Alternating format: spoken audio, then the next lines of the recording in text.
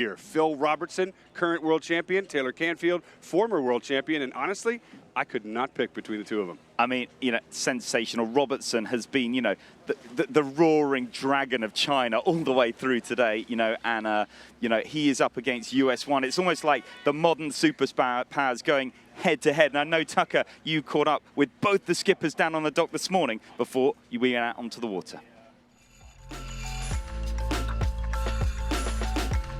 This is it, the final day of Chicago Match Cup. The tension has been building all week long here in Chicago, and now we're into the semifinals. You guys are up against each other. This is a pairing I am super excited to see. Phil Robertson, current world champion. Taylor Canfield, former world champion. It's definitely going to be gloves off between you guys. So, Phil, I want to start with you. I've been involved in covering match racing now for almost 20 years, and I've seen lots of styles. For example, Ian Williams, he's meticulous in how he picks the race apart. Taylor Canfield, aggressive, he goes at it more from the, for the jugular. But I have to be honest with you, I can't figure you out. What are you doing differently to be so dominant so far on the tour? It's probably a good thing if you can't, mate, because you probably watch the most of it. So, I agree. Yeah, we'll keep it that way. What would you say? I mean, just pick a few things. Let's just say that you doing. Everyone's putting in an even share in the performance of the boat. So if one guy's not on his game, then the whole boat's going to suffer. So I think that's the biggest strength of our team is we've got a really good group of guys around us, around me, and yeah, it works. And then when you look at Taylor, obviously you've sailed against him before. Last time you guys were in the race against each other in Marstrand in Sweden. Now you're up against him again. How do you pick this competitor apart? What do you think his strengths and weaknesses are? Yeah, Taylor's obviously a very, very good sailor, and they've been at the top of the game for many years as well. So I'm expecting a pretty good battle today, for sure. I'm not expecting it to be easy, and I'm sure Taylor's not expecting it to be easy either. So yeah, should be a lot of fun, I'd say. All right, so he's going to have fun. Taylor, let's bring the A game. You've been a world champion before. You want to knock him off his block. How are you going to do it? Yeah, like Phil said, it's going to be a good battle, and I think whoever goes out there and executes today is going to come away with the win. But it's nice to be here in Chicago, hometown, and it should be a good battle for sure. You look at Phil's sailing against you or anybody else for that matter. What do you think his strengths are, and what are you going to do to pick those apart?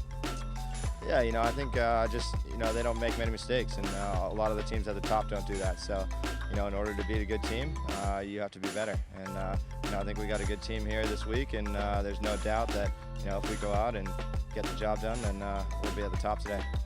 Boys, I honestly couldn't pick between the two of you. That's a compliment. Good luck. Nice one. Cheers.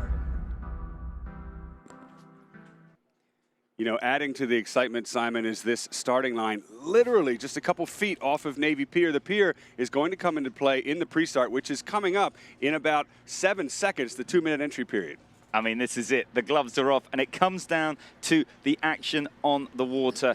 In the blue boat, Taylor Canfield up against the grey of Phil Robertson. Robertson entering from that leeward position. Has a small advantage, but we are into the pre-start. Just sailing off there down behind Navy Pier. You can just see there the Goslings Bar that will be packed full of fans by the close of play today. Stadium sailing at its best. Into the pre-start now, 2 heavyweights using the houseboat as a pick. That's a VIP boat in the middle of the starting line. Here we go, Simon, minute 30. Bottom of screen is Robertson, top is Canfield. Robertson there turning back towards the start line, and Canfield's decided to, if you like, circle back, head back towards the line a little earlier, and I think Robertson looking to try and close down the gauge between the two boats. Now Canfield with the turn down, and now bringing his bow up as Robertson looks to try and get over the top of Canfield, looking for a bit of a roll in. I think he's got it in. So Robertson with the roll, first to kind of strike back in this pre-start as Canfield now brings his bow down to try and look for a little bit of a hook. We're all going for almost a sort of virtual spectator view of the boats here, right from up on high with the drone, as we see Canfield bringing his bow down now, looking to try and hook Robertson. There's the committee boat just coming into play on the right-hand side of the screen with 45 seconds still to go. There's the pin, just down to the left-hand side. We've often seen Robertson fight for that lured start. It looks as though he's doing it again now. 35 seconds to countdown. Robertson in that lead position, looking to try and bounce his bow down, looking to try and bear away. Robertson looking to try and accelerate. Canfield now looking to move into position, trying to threaten the hook, and I think he's maybe going to get it. Canfield bringing his bow down underneath the line of Robertson, and he's going to bring his bow right hard up. Now, is he going to fly right by? No, Canfield has control of Robertson in this pre-start. There, the line starting to loom. Both boats very close to the start line. Canfield trying to keep control of this match in the final few seconds. Robertson in the windward position, Canfield down to leeward, final 5 seconds. I think Canfield has control of the start, bearing away, and I think he's the first to accelerate. And in the first match, it is Taylor Canfield and US1 Sailing leading off the pin end of the line and has first blood along this top reach. Spectacular start. On board with Taylor Canfield. Just listen to how calm and confident he is after blowing the world champion off at the line and leading into Mark 1. Here's the deploy. I really like Canfield's approach to that start. Trim. Bringing his bow down, the Jenica coming out. Sounds like Canfield firing on all cylinders. Probably we can get one and in here, boys, if we want it, okay? Phil Robertson is somebody you never write out of any match. He's probably the best on the tour, coming from Close behind here to lay, and picking okay? his opponents apart. Let's listen in on board with Canfield. Stand by, Robertson 3, with the jibe 2, down first to lead the 1, turn. Canfield driving now now. follows to match.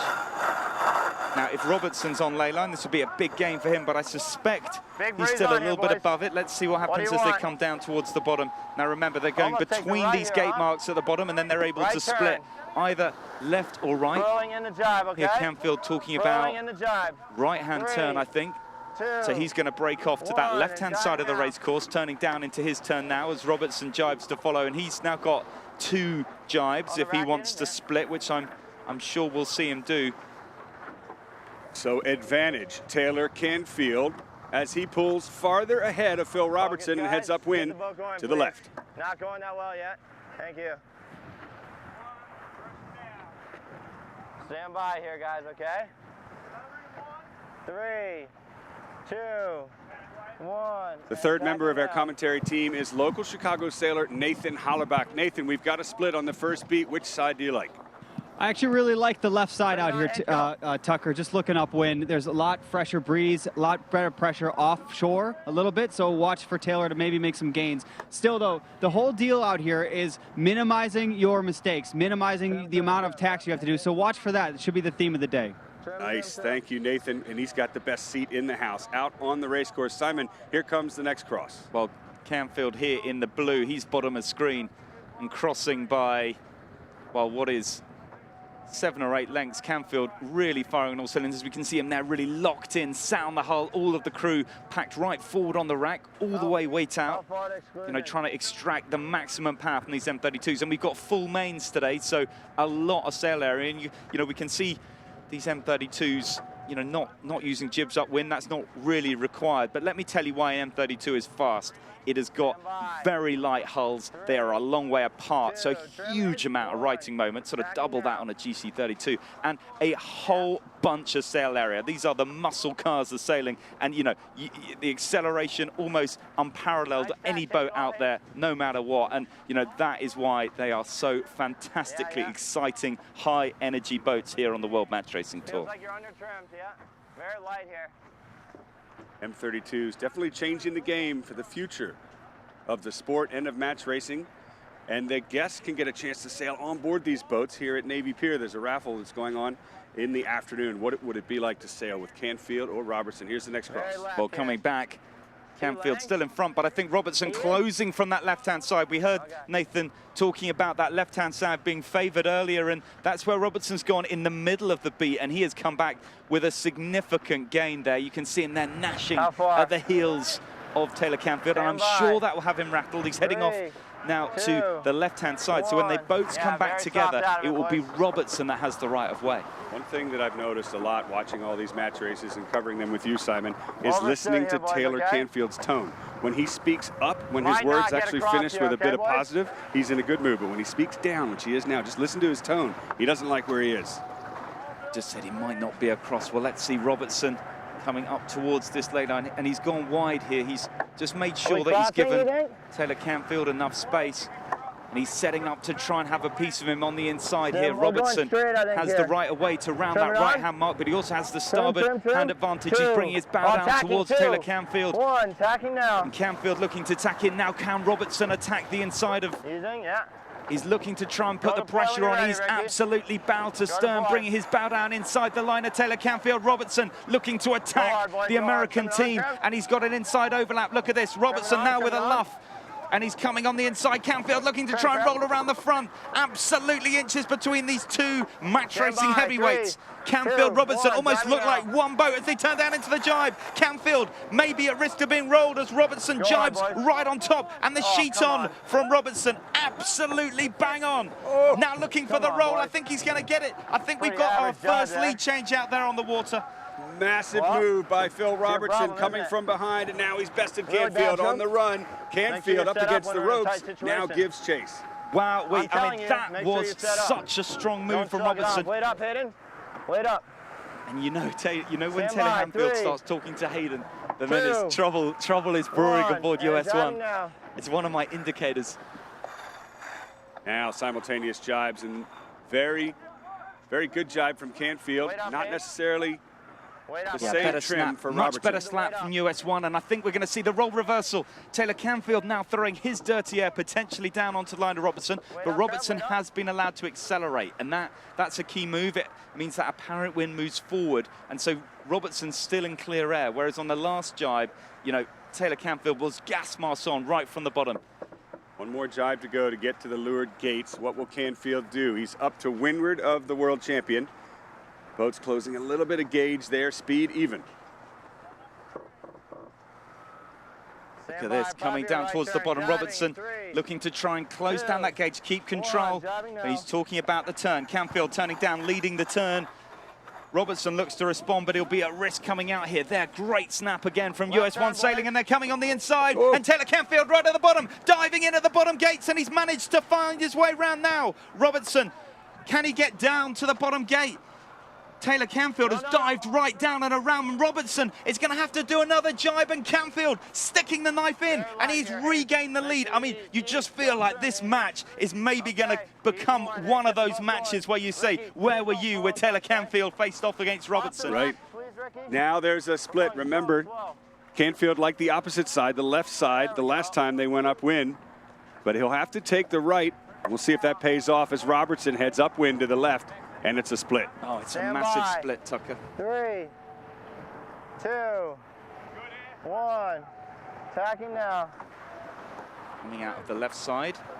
Phil Robertson coming back together. Already good, Hayden. Take it off. Go back down on the water with Nathan Hallerbach. Nathan, here's a big split. Who do you like when these two teams meet? Well, who do I like when these two teams meet? They're both just fantastic competitors, Tucker.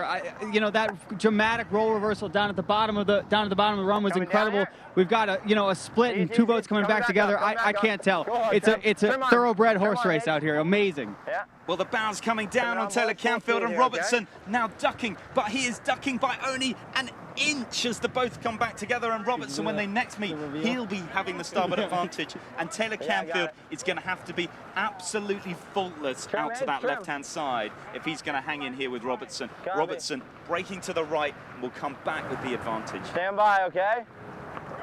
3, 2, 1. Damn, so light before that. Taylor perhaps not happy with the breeze where he is, tacking on to port in the disadvantaged Not position. great here, boys. Boat does not feel great.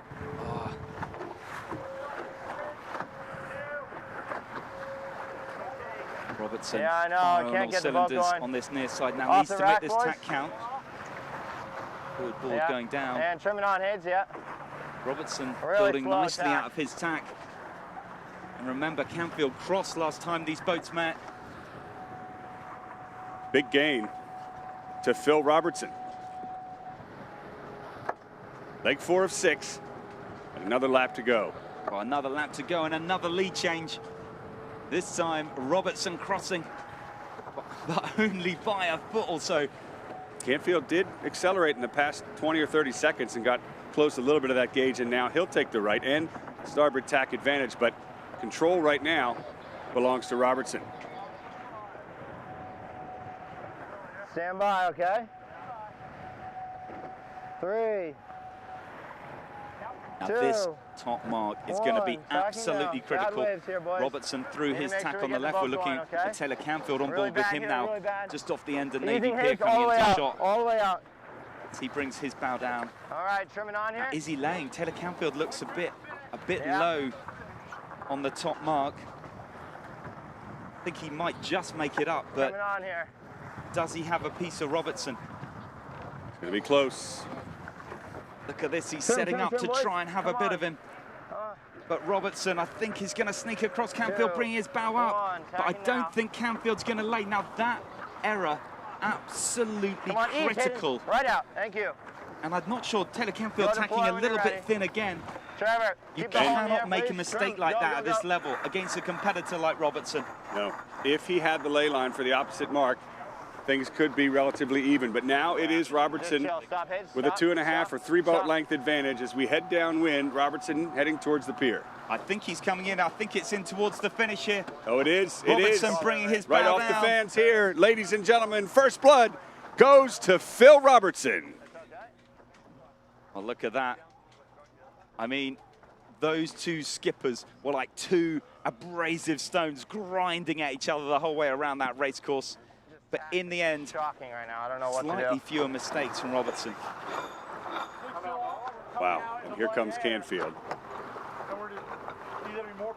Limping across the line, as they say in I match think we need to racing. check that winch. There is no second. Second So place deflated. is last place. You know, you'd think that was the final race. So much emotion in Canfield today, you know. And you can just see how pumped he was at the start and how sort of beaten down he looks Yeah. there, you know. He's really taken this one to heart. He Then needs just to, hand the he needs traveler to off. keep that energy. Let's hear the winch fix, He please. needs to Just call believe the in service. himself. He needs to believe in his team. It's clearly not clicking fully. Hey, talking about an issue on board potentially. Remember that Can we one just have jibe, them come Simon? and check it out? We That have wasn't a full good one, race. and that's probably where Make sure it doesn't break on it us in this unraveled. next So they're race. discussing some sort of issue with the winch on board. Wow. I mean, that was it, wasn't it? I mean, that's just race one. Absolutely first-class sailing. I mean, if we have every race like that, you know. But that's where Robertson mystifies me, because whenever he's behind, sometimes by quite a bit, he finds a way out of nowhere to get back in the game and convert and take the lead. And then once he's in the Should've lead, gone he right rarely there. relinquishes it. Stupid. I mean, He would have been so he hard took to his go opportunities. left. We should have just jived and led to right. Just bad call. All right, Simon, let's relive a couple of the key moments in the replay from that first match. I think this coming into that first mark. Here we can see it was Phil Robertson coming from behind. But he's generated an opportunity there to really put Canfield under pressure. And you see him that he managed to keep the speed on his boat, turning down and just getting on the inside, using that extra pressure to sort of bring his bow down.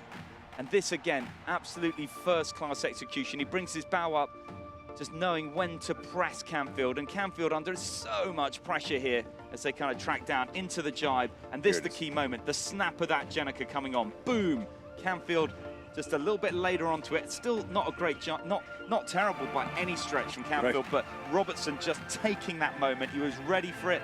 You know, he had the firepower when it mattered. He turned it into a lead change, and then he was strong enough and solid enough to make the right decisions in the right way around the rest of the racetrack. And you know, Canfield's opportunities to break back, he wasn't able to convert, and you know, Robertson went on to win. And you know, that is the mark of the strength of Robertson and that, you know, current reigning world champion. Well, the tiniest details do make the biggest difference in these highest level match races. You heard Robertson say in the interview this morning, he credits his crew. Basically, the crew work in that jibe and that move got him into the lead. Oh, well, listen, we're now getting ready for our next matchup.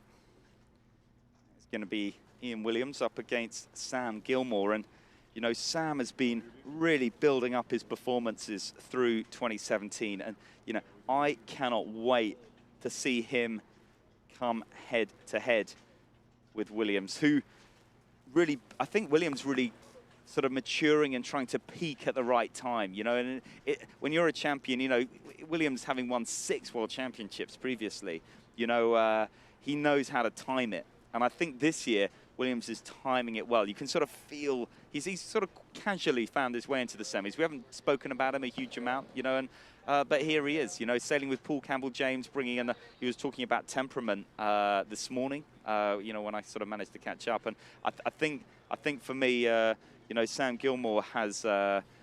Is going to have his work cut out. I think we're going to see just as competitive a match out there on the water on this side of the pairing. But Gilmore also, you know, watching his sailing, Simon, throughout this year, from Australia to Sweden and then into Russia. Russia, his best performance, second. He made it to the finals last month, and he's looking to do the same today.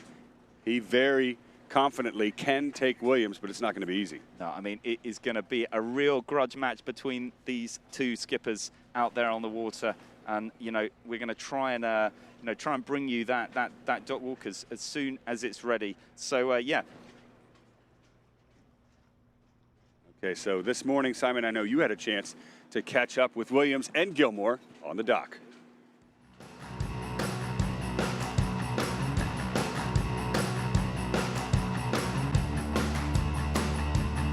Day number 4 of the Chicago Match Cup began with a sail-off between Chris Steele and Matt Sherwood.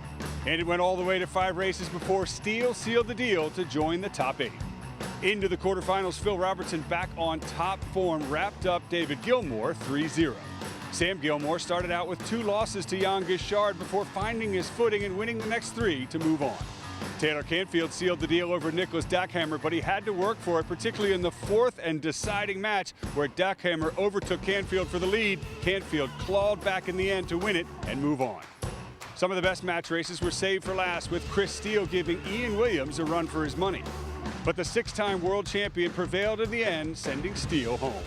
In tomorrow's semifinals, Ian Williams will face Sam Gilmore, leaving Taylor Canfield to fight Phil Robertson. Only 2 will move on into the finals, and of course only 1 will be determined the Chicago Match Cup champion. Who will it be? Join us live from Navy Pier here in Chicago to find out.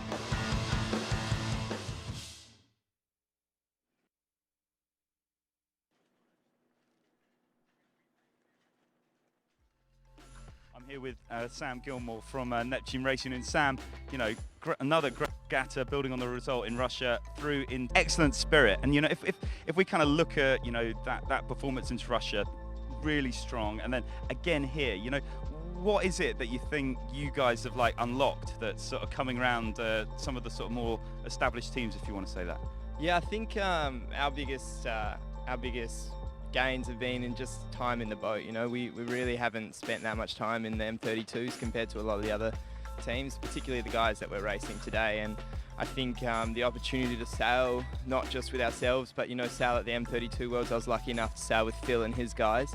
And, you know, they're obviously a really, really polished team. So that taught me a lot. And the same goes for the guys I'm sailing with. They all took time to sail with other people, and we got a lot out of that, I think. Yeah, so learning off some of the other teams, bringing it all back together within Neptune Racing, and you know, you're kind of going out there, and you think you can take it in today? Yeah, absolutely. We feel a bit like an underdog, but I think it's always good being that. You know, sometimes you feel a little bit less pressure and just having fun, like we are. Great stuff. And then, you know, is this the regatta, Chicago? You know, does it feel like a winning day? You're going to take it all the way, take your first World Tour regatta?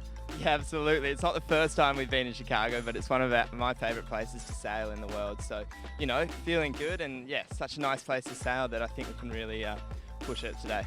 Good stuff. Well, listen, good luck to Neptune Racing. We're going to now dive across along the dock, jump off this M32, and along to GAC Pindar, where Ian stood on the side of the dock. Ian, could I just grab a word, mate? So up against Sam Gilmore, you know, he did a great job in Russia. Again, you know, he's sailing pretty well here. How are you guys gonna kind of try and sniff that flame out? Well, for sure, Sam and his team have been doing a great job for the last few regattas, so they're going to be tough. But I think that our team's coming together as well. We're obviously a new team here, but I think we've improved each day, and hopefully we can be better than we were yesterday. And how's it having Paul CJ coming off his wing trim position in BAR, coming and joining you for this regatta? How's having him alongside helped out this week? Yeah, well, Paul's an incredibly experienced sailor in this type of boat as well, just in all boats actually, and he brings a real sort of calm demeanour to the boat, which is important because it gets pretty tense out there. Good stuff. But listen, we won't hold you up anymore. Good luck out there on the regatta, and I guess, you know, by the end of today, we will have a winner here in Chicago. Nice job, Simon. And, you know, one thing I picked up on those interviews, Sam said he wants to have fun, just enjoy it. And you heard Ian say calm temperament and things like that. And that, you know, as much as the skill of the sailor is important, so is attitude. And it shows that these teams really, A, need to relax and have fun at this tense level before we get into what has been some pretty exciting racing. Now, 3 minutes to go to the next match. We're going to go back down on the water with Nathan Hollerbach, local Chicago sailing star. Nathan, what do you see on the starting line in terms of bias? Where do you think the teams are going to be fighting for? Yeah, if I had to look out here, I would say that the boat end, the weather end of the line is actually a little bit favored. It's a little bit closer to the line and or actually closer to the pin, and with the breeze this strong, it's going to be a better angle into that first turning mark. Okay, thank you, Nathan. And Simon, we've got 30 seconds to go to the entry. One boat will be entering above the committee boat. That's Sam Gilmore. And here, Ian Williams in the blue boat will be entering from the leeward side. 20 seconds to go.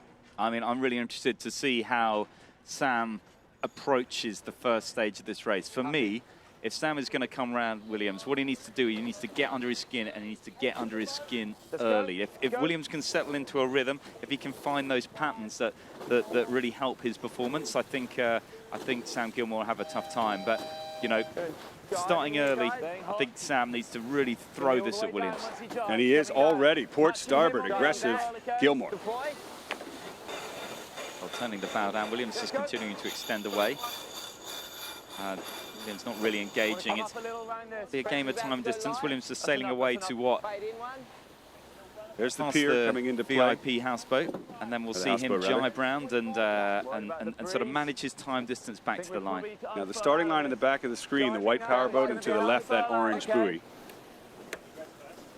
We've got 1 minute, 20 seconds coming up on the clock as Williams jibes. So Williams turning back towards the line on board JC Pindar. You can see just behind him, Gilmore jibing in on to his tail as Williams turns up. Gilmore now looking to try and roll. Williams already up to speed, looking to try and close down that gauge, try and prevent him from rolling. You can see there the pin just looming into view, and then the committee boat just going to pop into that far right-hand screen. And Gilmore just diving across the front of Williams, just managing to get that lead in. But wow, he is early now, 50 seconds to go. Gilmore turning up now, trying to slow down the line of Williams. See Williams perhaps just able to be shut out by Gilmore. That was an incredibly close move. Well done, Gilmore. And now Williams being held up. He snatched the lead, but there we go. There, the luff from Sam Gilmore. Williams turning up, going into attack now. Gilmore may be able to exploit this great little move. Keep putting the 6-time world champion under pressure. Gilmore now up into the tack. Now, has Williams got the space to tack back? Let's see. He's up into his tack. Gilmore tacking underneath. Now Williams might be able to roll here. It may be an opportunity for Williams to snatch it back in the windward position. Can Gilmore shut the door? He's looking to, but Williams now bringing the bow down. Gilmore looking for the shutout. But bow's coming down, and it is nail-biting stuff there on the turn. The luff from Sam Gilmore. I think Williams under pressure here. Another luff. Flags on the play there for sure. It is Gilmore aggressive, just as you predicted, Simon. Will Williams get a penalty as a windward boat, or are we clear? Bows even heading into Mark 1. Gilmore is the aggressor for sure, and no flag yet. Well, I think we've seen one green flag. We may well see another, but I think Gilmore did a really nice job of bringing that intensity and that aggression to that top reach, and he's been rewarded, in my view, leading around that top mark. 3, 2. Well, he has the inside, but oh wow, it's absolutely nip and tuck between these two. Gilmore thinking about the turn. There he goes. JC Pindar coming out of the turn there, putting Gilmore now under pressure, but he has the lead, and I think Gilmore with the better positioning, now able to roll around the front of Williams, and we have our first real lead change, I think. Gilmore out in front, now turning down to try and make it around the bottom marks. Gilmore accelerating first on top of Williams, a gain of about 1.5 lengths as we head into the leeward gates. But the gloves are still off, these teams are still swinging, and it's not over yet. Oh, absolutely nip and tuck down to the bottom. Now, who's going to take what? Both boats turning down. Williams looking to jibe on top of Gilmore here, and he may well get a better approach to the right-hand mark. I think he's going to get on the inside. Williams looking to try and put Gilmore under pressure into this right-hand mark. Gilmore trying to shut the door, but I think Williams has room. He has clear room into this mark. Beautiful Gilmore job. says no, he turns on the inside, shutting the door on Williams. I'm sure there's going to be some more involvement from the umpires here. I thought Williams had room at the 3-length zone. He did, Let's but see. I think it's okay. Oh, I don't know. Williams was under a lot of pressure there. You can see there the Y flag. He's not happy at all. Y flag is the protest. Umpires live on the water for the call. Is that a penalty? Yes, it is. Blue penalty. Gilmore cops a penalty. He'll have to slow down and go behind Williams. And there the tack early. Now can Gilmore duck? Williams looking to try and set up, make it hard for Gilmore, but he's going to be clear behind, but he's going to be absolutely roaring fast, taking the right-hand side. And Gilmore, you can hear Williams isn't happy. He knows that that penalty there would have been very opportunistically taken by Gilmore. Well, the penalty is still outstanding. There, it's just dropped now. No, it hasn't dropped, though. I see a blue flag on the umpire boat, so the penalty is still there. Gilmore just doing almost too good a job of opportunistically taking it, and he's still outstanding. The umpire's deciding that that is not enough of a loss. Now, Williams will have another chance. This time, Gilmore will take his transom in the middle of the racetrack. I think once we cross him, they'll drop it, but that's fine. Yeah, you can hear that. This time, he's got another free pass, if you will. Shocking call! Shocking call, I like it. Gilmore, Nice. it's the worst I've ever seen. It is amazing how, That's shocking! listen to him yelling at the umpires, you know, it's amazing how they agree with the umpires when it goes their way. Stand by all the And way. then, of course, it's the umpire's fault. And who would have thought it? Doesn't. This is the match where we've seen the real fire come out of both competitors. We've had 2 lead changes and a big controversial penalty in at the bottom mark so far, and we are only on the first upwind. Stand by. You know, what we're seeing here is the aggression from the young Gilmore Tracking now. No and spot. the experience from the 6-time match racing world champion Fucking way. of Williams. Well, I tell you what, Gilmore looking quite wicked up there on the left-hand side, but I think the advantage going to Williams. So we think Easy. I don't think there's a the penalty. penalty is outstanding. off. We are? Yeah, okay. Let's see it. There it goes. So Williams ahead. He's attacked down, but 3 lengths, roughly, Yeah, the advantage. We're heading into the top We watch marks. left gate, don't we, guys? now it's all about the approach to the top. Sam Gilmore's going to be able to come in here sort of on the ley line for that left-hand top mark as we look upwind. We'll have a look later. Stand I by. think Williams 3, will likely cross. We should see them round opposite marks at the top. Williams might try and tack in front of Gilmore, but we saw what happened to Taylor Canfield when he did that to Robertson. I don't think we'll see him take that risk, but let's see. Attacking. I'm pretty happy with left gate. Canfield said he perhaps should have ducked in that situation, going to the opposite mark, but this time Williams from the left will cross. Has Gilmore gained? So Williams happy with left gate, Just get it in so the middle, yeah? Not much. we'll see. Stand by. I think we'll just see him 3, cross. 2. No, the tack from Williams. So he has tacked on the line of Sam Gilmore. I think that's the safer option, because what it means is they'll now be going the same way down the run. So it's trying to shut down Gilmore's options, and if you like, he was far enough ahead to be able to spend that extra tack to sort of shut down Gilmore's options going forward. So a sort of defensive play from Williams there as both boats round the top. Got a little way to go. 10. Matching him. Big he tension comes. on board, both boats. Okay, guys, stand Call of by. match from Gilmore. He's going to Diving in, jibe with 3, Williams as he starts to turn down. 2, I'm sure we'll see diving Gilmore go at now. the same time. Both boats firing on all cylinders. Gilmore trying to throw chance to the wind to find a way back, and it's a good jibe for Gilmore. Very nice. Excellent jibe. Accelerating, trying to get over the top of Ian Williams to leeward. He's made a gain. At that, both boats accelerating, but the distance closing down. But, you know, we saw Williams get in phase at the top with that extra tack. And what that means is that although Sam Gilmore's really sort of throwing everything at him, they're both, if you like, on the same patch of water, in the same shift, in the sort of going similar angles. And, you know, Sam Gilmore's only option is just to go faster rather than trying to exploit the different pressure that might be on the racecourse to find a way past. However, with that, he'll jibe away, try to get a split from Williams. That'll set him up for a left-hand turn if he's on ley line. after the next jibe. Here comes Williams. So Gilmore trying to manufacture a split, if you like, but it does mean he's done an extra Easy jibe, lay. and you're Say always again. trying to minimise the number of turns, and Williams on lay line for that bottom gate. I expect we'll see him take the right mark as we look downwind there, following along in the drone, and Sam Gilmore perhaps looking to split to the left. Maybe Williams will do an extra jibe to sort of, again, jibe in front of the line of Gilmore. And this is really the strength of Williams. He has that positional sailing absolutely down, and that's what he's done. Going for that extra jibe onto the bows of Sam Gilmore to really mess with his options, if you will, and you can see it grating at Gilmore. He's sort of looking for a way to try and manufacture a way back into this match, but you know, Williams is just shutting the door in front of him again and again and again, whilst also sailing fast, and it's sort of beginning to turn into a little bit of a lead here. And that forces Gilmore to do an extra jibe to now get a split off to the left-hand side. Bit of a slow rounding for the young Aussie team. Big losses there, guys. Stand by. Big losses. Well, that says it. We've got to hold that Jenny longer, okay? It's pretty soft. Stand by in 3, 2, 1. Tacking. Attack from Gilmore on the left. Potentially, yes, a bigger gain for Ian Williams and GAC Pindar. Look at that, this race evaporating in front of the eyes of Sam Gilmore. Just the beat up to this top mark. We're a long way ahead, okay? Then I think it will be the reach to the finish. Simon, before this race, you had mentioned if Williams is allowed to get in his rhythm, it's pretty much unstoppable, and that's what has happened here. Now Williams dictating the moves of Gilmore. 3, 2, 1, tacking now.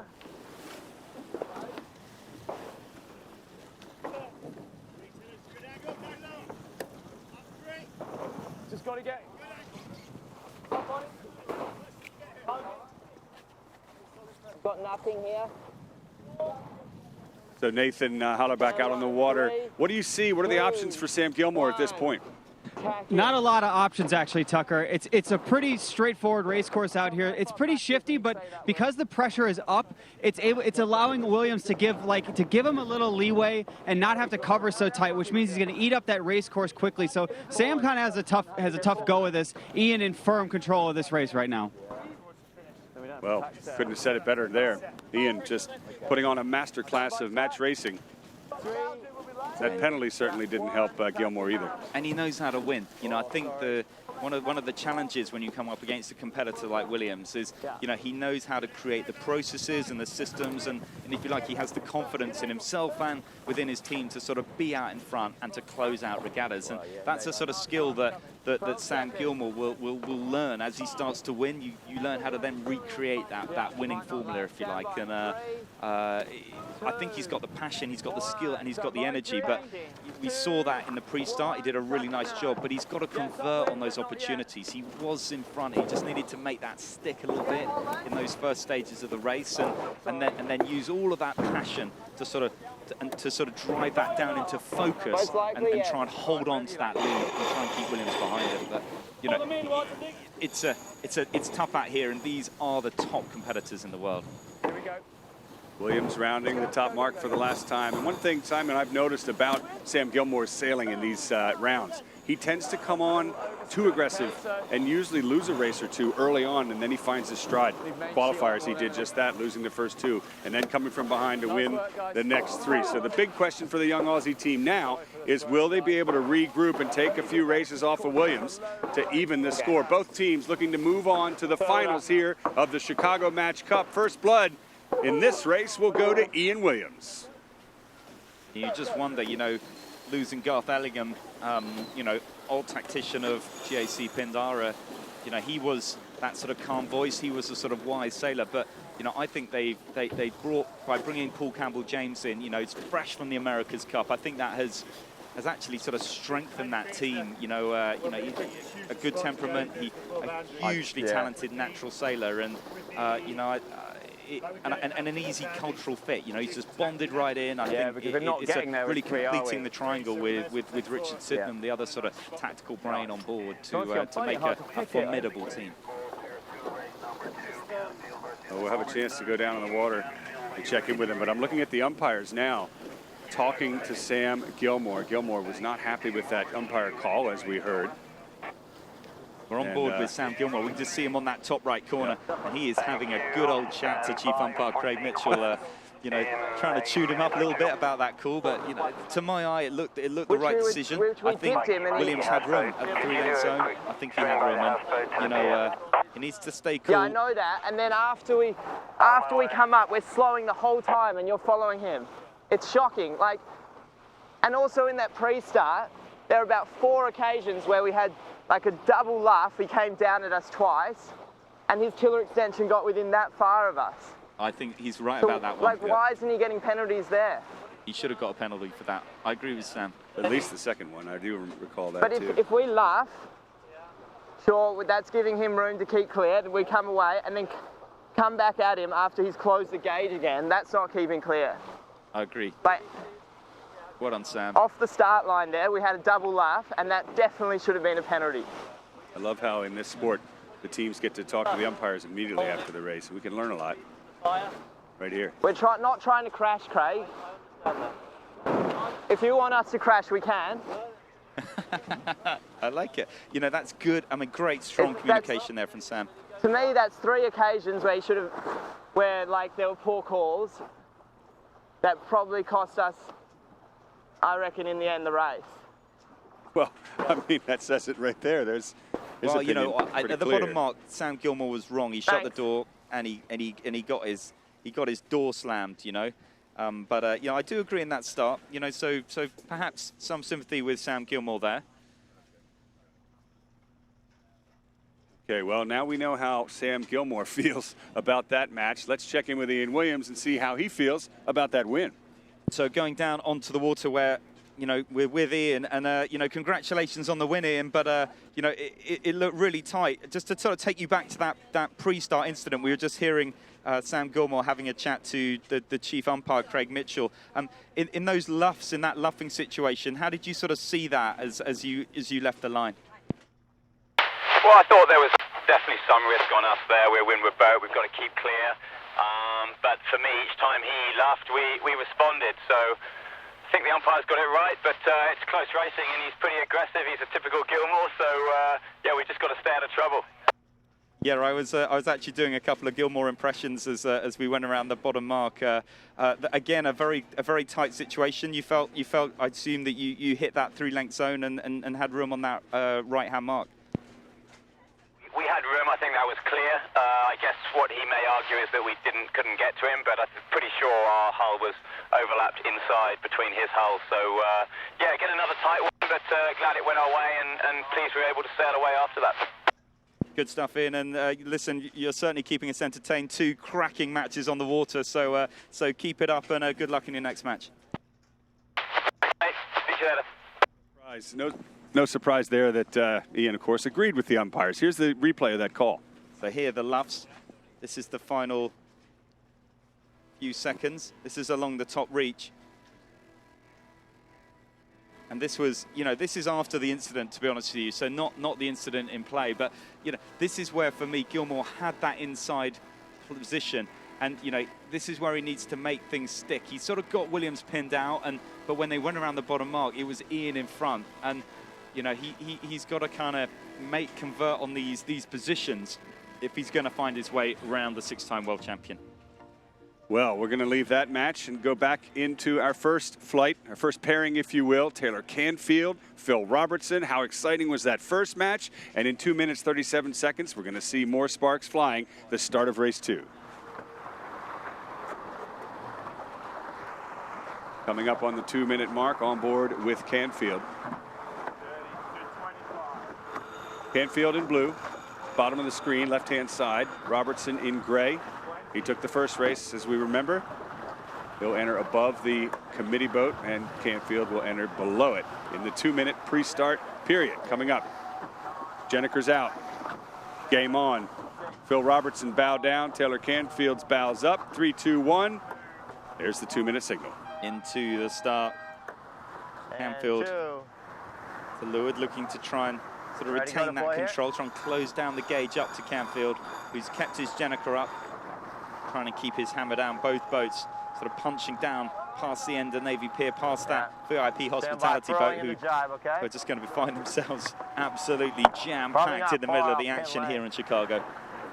Canfield, having done very well in Chicago, lived here for many years, and honed his match racing skills here at the Chicago Match Race Center. He's a member of the yacht club. And I wonder if the local advantage helps him here. Crowd certainly likes him. He's got a best Phil Robertson to even the score. Minute, 15 seconds to the start. So they're bringing his bow down and then hard back up, looking to sort of S-drive Phil Robertson back towards the start line. Robertson with the lead. He's the light grey boat, sort of nearest screen, if you will. Canfield behind him. Stand by the back here, okay? Yeah. 1 minute. Both boats stopped at the moment, less than a minute to go. Starting lines at the bottom of your screen. 150. So Canfield still sort of happy to sort of wind down the time. Yeah. I would like to see him start to drive Robertson back towards the line. Okay. Almost going upwind here, boys, okay? Yeah. And here they're worried about the lay line. Upwind here, boys. Upwind. Well, if Taylor's worried about the lay line, you'd have to think Phil is as well. Both close to it, 25 seconds. Well, they're down close to the pin. I think the wind has shifted right. And that's putting both boats under pressure to lay. Upwind. There, Robertson just to leeward of Canfield. Full speed upwind. And final 12 seconds, and Canfield slowly but surely moving over the top of the world champion. Canfield slowly starting to make this stick. Robertson trying to close down the gauge between the two boats, but in the final few seconds, Canfield starting to move forward now, and absolutely nip and tuck between these two boats. And I think Canfield, inch by inch, is slowly moving over the top of Phil Robertson in the leeward position. Trim it on, And a luff. trim it on. Trim it on, trim it on, trim it on. Big luff from Robertson. But Canfield now rolling around the front. 3. All right, so Canfield pulling forward into Mark 1. Carbon copy of race number 1, which he lost. Now, can he hold Phil Robertson back? Take it all, Trev, take it all. Look at that, what a great response from Canfield, bouncing off that last loss. Absolutely, he read that from early, you know, from a minute out, he knew what the priority was there. He knew they were thin on ley line, and he used absolutely everything he had in the tank to try and sort of keep that boat moving forward, and he's turned that into a lead. Great start from Canfield, great sailing. Stand by, not yet, hold, a little longer. 3, First jibe 2, 1. is Canfield at the exclusion zone, and Robertson lets him go. Now, I think, you know, the one thing about Phil, he knows when to strike, you know, and he wasn't just throwing in a pointless early jibe to just sort of ruin his ley lines. He knows that Canfield's got that bang on, and he's happy to follow. So Canfield around, just turning up and around that bottom gate, and Robertson set up to split to the opposite side. Need to get the boat going, boys. Okay, let's go out on the water. Nathan Hallerbach, local star from Chicago. You know these waters better than most. Now we've got a split. Upwind, which side do you like? Which team do you like? I mean, again, you know, I've known both of these guys for so long, and to see them both sailing at such a high level, at the highest level of our sport, is incredible. I literally have the best view in the house. You couldn't buy better tickets than this to watch this grudge match with these top two teams. I don't know who's going to win, Tucker, but it's really exciting. We don't know either. And here comes the next cross. Who's got it? It's Canfield from the right, Robertson from the left. Well, I'm liking Taylor Canfield's position there. Robertson is bow up, but for me, Robertson's he's just further up the ladder. You know, he's rounded, I think, the favoured mark, and he's managed to turn that into what is now a 4 to 5 boat length lead. So US 1 Sailing responding well to Phil Robertson, and you know, I'd expect nothing less from Canfield. You know, in home waters, you know, such a strong, solid team, and I think he feels like this is his time. You know, he feels, I think, a bit overlooked over the last sort of 6 to 8 months of performance, and you know, he is hungry for a win. You know, the one thing you could never take away from Canfield is that ambition and that drive to be #1, and it's all coming into play here in this second race.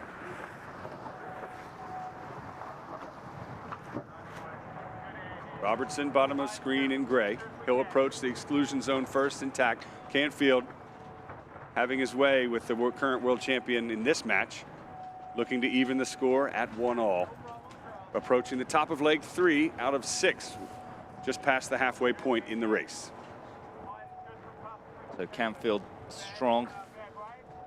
Robertson threw his tack, but Canfield has extended, and I think he's managed to structure his beat a little better here. So just one more tack from Canfield. We'll see him coming in on those top marks. Stand by. 3, 2, 1. Attacking now. It's a much smoother US1 team Easy, in this Trevor. That race. was a little early. Remember the last time they were at the top mark Yep, good. Take it all, Trev. for the second time in Barely their first laying race. here, boys. They Barely missed the lay laying. line, had the tack in there. You just said barely laying again. And Simon, I think there's a tiny bit of wind-driven current Trim, at the Hayden, top get of us the water around the here. mark. Has he We're tacked not too laying early? right now. Well, you can hear him worrying about it. I think he's pretty comfortable on that mark. I think he's Not just laying scareful. yet. You know, you 2, often hear that intensity 1, go from to point. Canfield when he's trying to sort of get everyone going around him. And you know, Oh, it's a he is bad right. one. They have made some ley line mistakes trim. and just trying to make sure. No, a little slightly good, hooking good, up the good, mark, good. but he's Take it managed off. to Yeah. escape. Canfield continues Yeah, mine. to lead. They are able to touch the marks under the match racing rules, just not drag them downwind. Copy. Round they go. Robertson around the Keep the opposite weight gate. up, heads towards the board, please. You can just see Weight up, Robertson. heads, He's like a please. sort of Priority. shark chasing him, you know, Thank like a you. fin out the back at Taylor Canfield's boat. You 3, know, if he makes one mistake, 2, Robertson's, the teeth will sort of 1, close and in on the diving ankles now. of Canfield, and you know, he'll be back in front. Well, he was in the first match. Robertson, perhaps one of the best at coming from behind and evening the score in these top-level world match race Need to accelerate. Boat events. doesn't accelerate on its own. Bad Next mark cross, here, not downwind. sure yet. And he's closed up a little bit. Robertson breaking back up the distance. I think he's almost halved the gap down to Canfield, feeling Probably the one and pressure. in, yeah? This is the final downwind. Stand by. 3, 2, 1. Driving now.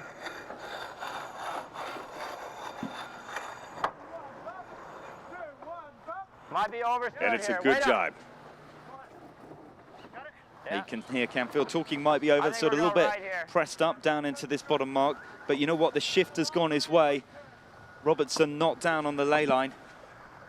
You can see it coming down. Robertson's actually got a long way to sail here. And another Canfield jibe. Stand by, fast 12, in. 3, 2, 1, go Canfield, front. I'm sure, will jibe here. No, interestingly, Canfield's stayed pressed up and is rounding that opposite gate. Sailed extra distance to do so. That'll open the door a little bit for Phil Robertson. And of course, a split with Robertson heading now to the right. Back upwind, Canfield to the left in the lead. Well, this is as close as Robertson's been in this match. And, you know, leg 5 or 6, the bottom of the final beat, Trim it on, boys. will then Trim, reaching into the finish. And Yeah, good heads.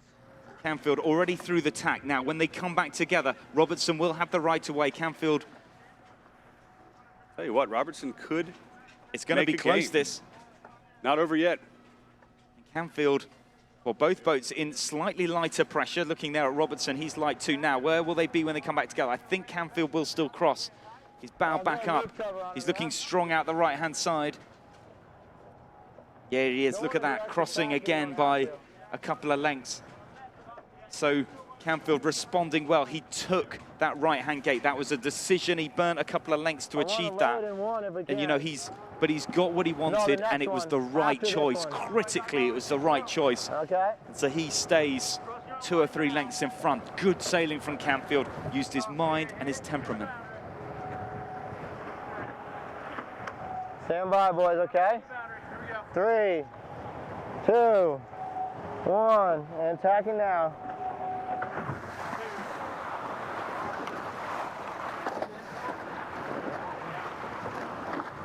Canfield from the right. Yeah, good. Still across. Staying with Robertson now. Defensive tactics as we approach the end of the final beat.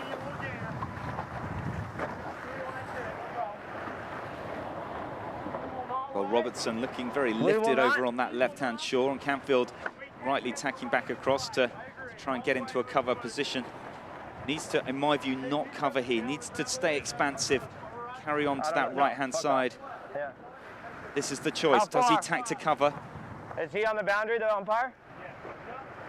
Look at Trim, that. trim, He's trim, Abe. got the courage to carry on. 3, That's the right decision for 2, me, for Canfield. 1, and attacking Now going for the tack, hopefully onto ley line for the top gate. Tell you what. And take it all, Trev, yeah. Big gains to Phil Robertson at this point in the race. But We've got about another minute to go. Robertson's got 2 more tacks to round that top gate. Boys.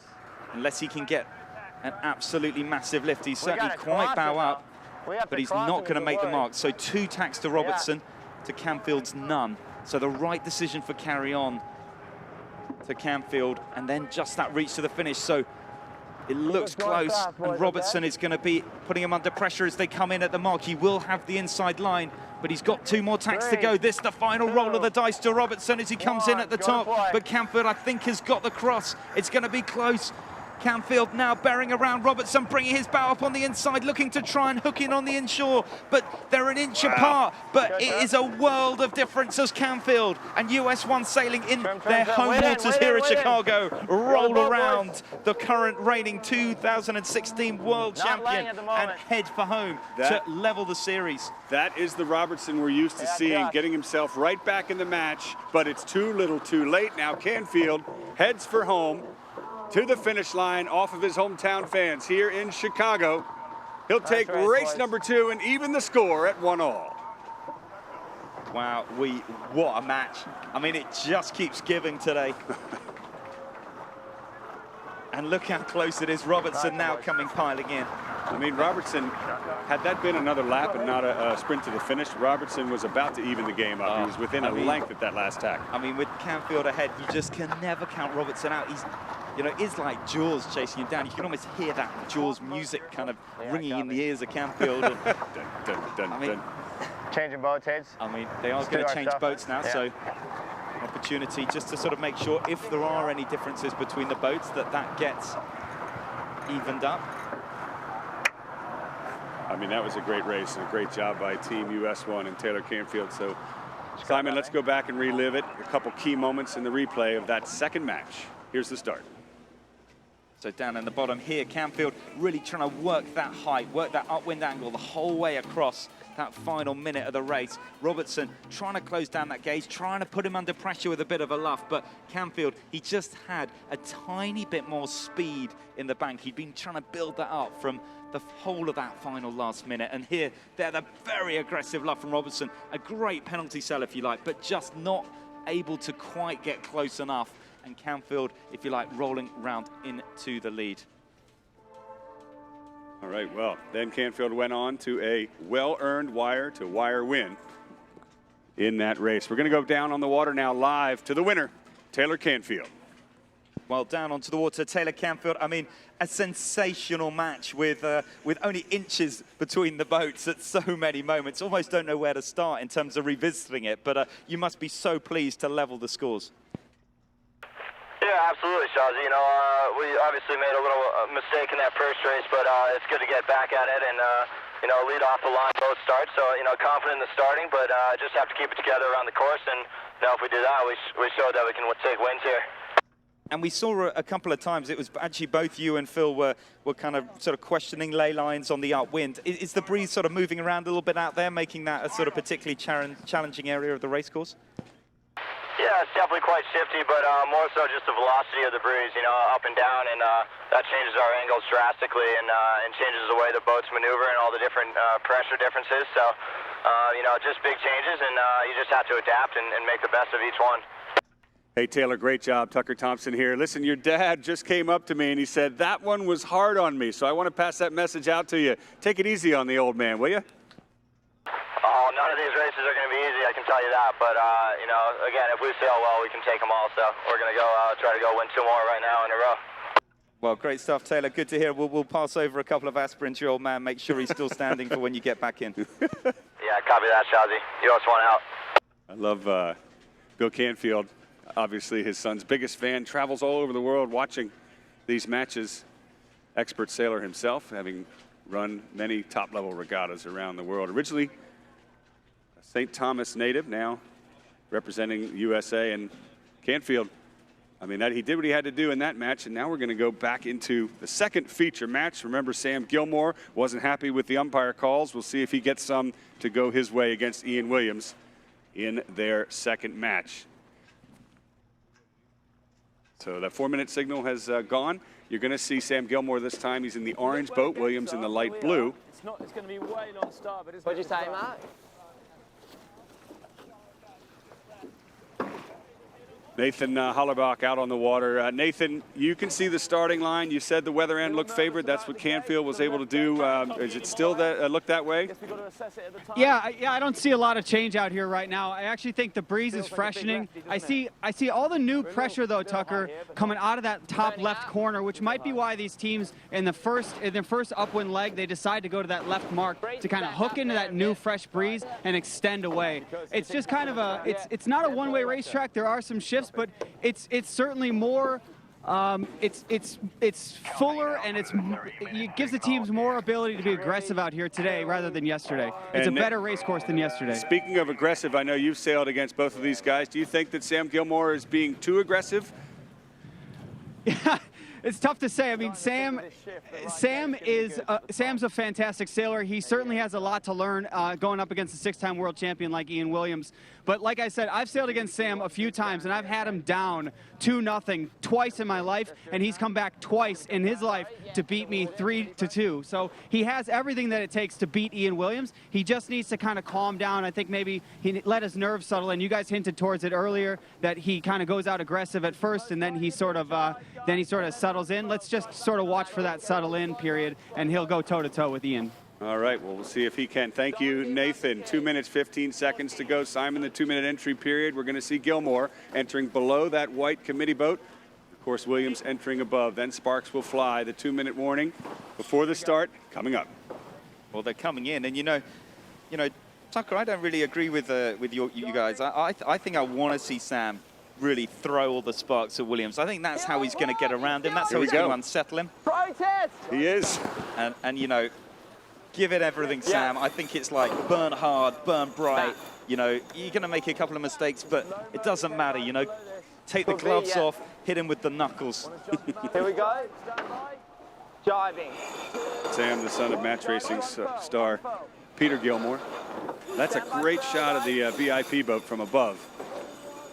Gilmore is aggressive, just like his dad was in match racing. Will it pay off against Williams? And he's bringing his bow really in close here again, sailing fast with that Jenniker out, looking to try and hook Williams. Both Jennikers going away as Sam Gilmore really throwing everything at Williams in this pre-start. I love it. This is the right strategy from Gilmore.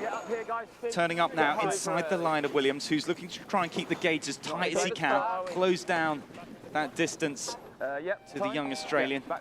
And he's got a good position, actually, Williams, to sort of keep control of this start. Tacking, guys. Now the double tack. Now, critical that Gilmore, if he does tack here, looks to build so he can tack right back. So Williams there looking to try and build. There's the pin. They're both below the lay line. And Sam Gilmore in a nice position here, looking to build on port. Then we'll see him tack back. And, you know, this wastes a lot of time. And when you're the lead boat, that is a really nice thing to happen. Williams tacking inside. Now, Gilmore is ahead in this tack, and critically there you can see Gilmore using that Jenniker to tack. Williams hasn't. Williams aggressive, going for a luff. Got a good position here. There's the pin to the far left, so he'll make it into the line. 15 seconds to go. Williams looking to keep it tight, but all the time Gilmore has a tiny bit more speed. Bringing his bow down now, and I like Gilmore's positioning. He's slowly moving forward. Final 6 seconds. Both boats looking to accelerate as Gilmore brings his bow down hard, and it is Gilmore, Sam Gilmore, who used that aggression, used that energy. Whoa, wait a minute. Over early by about an inch. Sam Gilmore has to stop. I can't believe it. It looked like he was late on the line to me. I didn't see that. But it was not to be. Just say hi like this. This is good. There's the penalty. Wait forwards one. Listening in, you wouldn't know it's affected them at all. We're off. Got to slow down behind Williams, who will take the lead at Mark 1. Yeah, stand by to deploy. There we go. All clear. The flag's down, and we're back underway. This time with Ian Williams out in front, and Gilmore looking to give chase. Now, Williams is in front. Will we just see that tight performance, that incredible boat speed, energy and precision of Williams? Just will he give Sam Gilmore a chance to break back? I mean, that remains to be seen. I mean, I know it's easier said than done. I thought Gonna get a Gilmore lot of did maneuvers, everything but right in that's that all right. start. I I'm didn't thinking notice he was one going to be full over, and drive. had he not been over, we might have been looking at a different scene here. But it's Ian Williams' race at this point with Gilmore behind him. Stand by. 3, 2, 1, jibing. Turning it down into the turn. Williams onto the lay line. Gilmore looking just to follow him in. Stand by. Again, I like that 1. wisdom from Jibing. Gilmore, not trying to sort of manufacture a half opportunity that isn't there. And Williams there jibing. We talked about, Nathan talked about that left side of the racetrack being strong, and that's why Williams jibed for that mark. It is an extra turn though, so actually Sam Gilmore almost rounding at exactly the same time, heading to the right. Now, On the umpire boat. Gilmore needs to be, he's got Neptune Racing plastered over his top. He needs to just put a little call to old man Neptune himself and see if he can pick up a little bit of a right-hander, find an opportunity to come back at Williams. Wow, what? It's almost like sailing lightning has just struck Chicago today. I mean, it's just been wall-to-wall excitement. You know, if you are in the city, if you are down here on Navy Pier, we are watching the semi-finals of the World Match Racing Tour being really sort of executed just off the end of Navy Pier. Stay down, stay tuned. We'll be bringing you the finals all the way through this afternoon. Now, I like what Gilmore's done here. I don't know that he'll get the cross, but I think he's taken a little bit out of Williams. Comes the cross. It's close. Williams looking to try and cross. Gilmore already has his bow up a little bit. And just across by perhaps 2 lengths. Now Williams will shift over to the right. That'll give him more power from having starboard tack advantage at the next cross.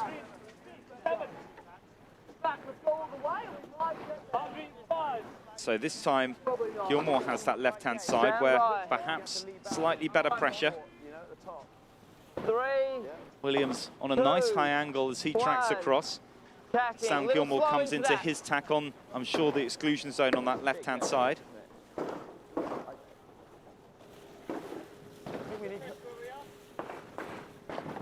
think we can almost get up to the 3-let zone, can't we?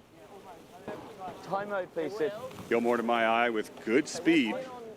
Now Comparatively. here, you heard Williams talking about high mode on this right-hand shore. What he's trying to do is make sure he can get to a lay line.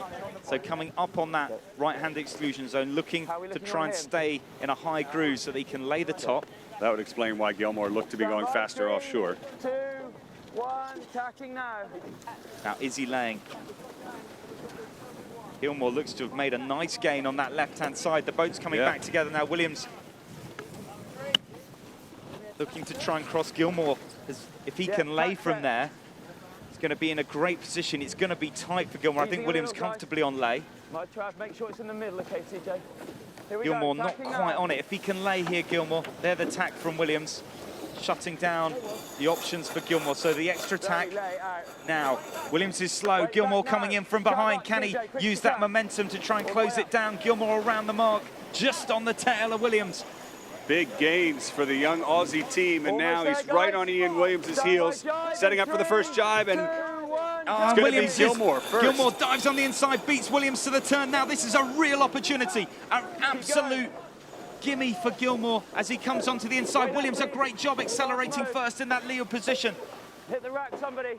Oh, so close. Could hear Williams counting down to that jibe, probably from here in the commentary booth, and I think Gilmore used that to his advantage, but unable just to get onto the breeze. But they're absolutely locked horns as they track down here. Williams in a high groove. Gilmore just trying to get to his air. Yeah. There's the... that's the yellow mark in there. You can hear Williams thinks he can sense that Gilmore's onto his main.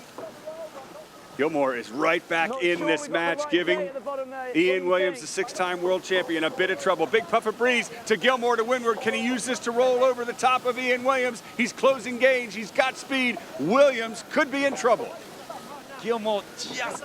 Williams hanging in. He's using absolutely all of his experience to just try and keep that M32. But here it comes. Gilmore looking for the roll. The nice plunges in on the back of Ian Williams. Now can he make it stick? He's coming down towards the bottom gate. There's the bottom gate just looming into view as they simultaneous jibe. Now both boats bow up. Great jibe from Williams. That Jenica coming on absolutely bang on as Gilmore goes for his turn to round to the left. And it is Williams off to the right. And it is even Stevens in this critical second match.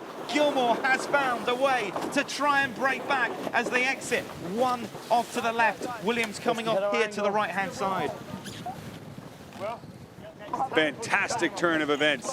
Now can Gilmore turn this into an advantage? He's heading to the left, so he's not going to have rights under the rules. Here comes the tack. Here comes the first cross on this second beat. Impressive for Gilmore. I mean, if you are in Chicago, this is where you need to be, down here watching these two match racing heavyweights slugging it out in this semi-final. Williams with the tack up, both boats coming back together, and I think Gilmore has made a gain on that left-hand side. I would have to agree with you, Simon. He looks strong. Now, he is on port. If Williams can get a piece of him, he'll try to make him, obviously, dial him down, but I wonder if can Gilmore get across? It's risky. Now thinking about a dial, Williams has the right of way. Gilmore's looking for the cross. He's going to try and go for it. Now has he got it? He gives it absolutely everything. Williams brings his bow down now. That was so close. The umpires are going to decide this. It could be a penalty on Gilmore. That. What is it? It is a penalty. Penalty yellow. That's Gilmore had the penalty. He's going to have to slow down. The cross was his. The lead was in his grasp, but it has just slipped away. He'll have to dip behind. Ian Williams. He's trying to go for the duck, but Williams not letting him. Coming up now, coming up. I think we just go racing. There's another protest from Williams. Well, I think that's just a kind of nothing. And the Penalty penalty's off. Look at that. Game Sam on. Gilmore. One more tack gets us there, okay? Now here we go. Williams, one more tack. He's already straight in to the next move. Copy that. Gilmore in that windward position. Nice job, guys. Look at that. Williams has somehow found a way back. I think if Gilmore had ducked there, yeah. I mean, that was the move. It was too aggressive, too risky to try and cross. He didn't have that cross. It wasn't a cross. Yeah. Is he laying? And we're talking about him taking those options. Well, let's make sure we get a good Well, we just heard from Nathan on the water. He thinks Sam Gilmore on the lay line at the top there. And that could be absolutely critical. Remember, it is just a reach to the finish from here. And if Gilmore can lay, then Williams is going to have to do two more tacks. I think that hands the advantage back to Williams. So Gilmore has done an amazing job. If Gilmore can lay, look at him. He's in a high groove. Williams comes up for his tack. He will be on starboard, remember. He'll be looking for the protection of the inside of the mark. But Gilmore will be coming in on port, and he will be looking for the cross. He'll be looking for the round. He has to give Williams room. He's asking for room, but Gilmore saying he's just going for it. Williams spears it in, and it's two boats together at the top mark. Williams diving on the inside. Did Gilmore give him room? He didn't need to crash into her. Look at that. And the umpires are sure to get involved. What's the call? Who's got it? Williams There's got to be a penalty. It's off, it's off, come on! There's got to be a penalty. It's bow to bow heading to the finish. One of these teams may have a penalty. Williams is ahead, yellow flag. Gilmore is out, and Williams heads for the finish. Look at that. The penalty is off. All bets are off. And Gilmore now bringing his bow down. Williams looking to try and shut out Gilmore. Neither of them pointing at the finish. They're both lit up in flames, coming right in at the end of Navy Pier. Gilmore looking to try to find a way back in this match. But Williams, GAC Pindar, the six-time world champion, turning down towards the line now. And it is Williams that squares off yet another blow onto the chin of Sam Gilmore to take this match 2-0 and onto match point. And we're going to see the service boat coming in, I know, on Sam Gilmore. A massive crash up at the top. I mean, big time. If you are a fan of sailing, this is what it is all about here. You just heard Williams say, check the damage. What a massive moment for Sam Gilmore, and victory was ripped away from him. He was too aggressive in that first cross. He was definitely aggressive in the second one. I think he was in denial and basically said, we're going for it, boys. He did the right thing there. I think at the last mark, which we were, you know, he shouldn't have gone for that cross. Oh, on port ley line. Here you can hear Ian Williams talking about it now with his crew. So what? Yeah. Tack up, tack onto ley line behind him. Before he cleared his penalty? Yeah. Right, okay, yeah. Yeah, that would have been stronger. I can't disagree with that. Paul Campbell-James has the measure of it. Oh yeah, good for changing boats. We might have to get on the spare one as well. I'm still on the edge of my seat, Simon, from that race, and it's over. Williams. I thought he was going to be down and out. I thought Gilmore might have had that. Well, let's listen. Let's go back and have another look at some of those highlights. I mean, they've almost got to roll the whole race if they're going to play the highlights. But let's see what we picked out. So here we go. Here is the collision. Setting up.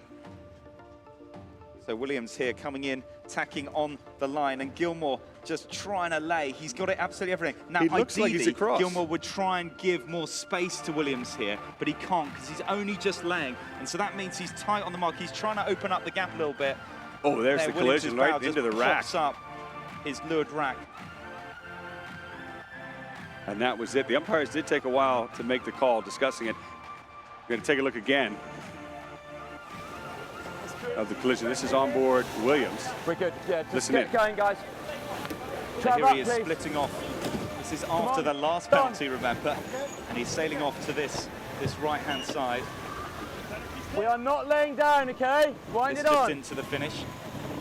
Williams going on to kind of close this out. So even though the penalty was clear, the game was still on into the finish, and you saw what happened with Williams taking the race. And now we're going to go down onto the water live with Ian Williams. What an impressive second win. So down onto the water with Ian Williams again from, this is Sam Gilmore, sorry. We need to kind of get the intel right. Sam, listen, mate, such incredible energy from you guys. You know, amazing racing, and you know you're sailing at such a top level, but the results just seem to be slightly eluding you. What's the plan coming into this third race? Yeah, I think we're sailing pretty well, Shawsy. Boys are all doing a really good job, you know. For sure, the results have sort of not gone our way in that one. That time, you know, when you're sailing with someone like Ian who's just crashing boats all the time, it's a bit ridiculous. So this next race, we're just going to push really hard, keep doing what we're doing, because I think just a couple of mistakes here and there and the results haven't gone our way. But, you know, he's not sailing better than us. Sam, hey, it's Tucker here. Good job, and I say good job because you are sailing on fire, even though, as Simon said, the results haven't gone your way. And I want to talk to you about pushing things. We know you weren't happy with the umpire call in the first race.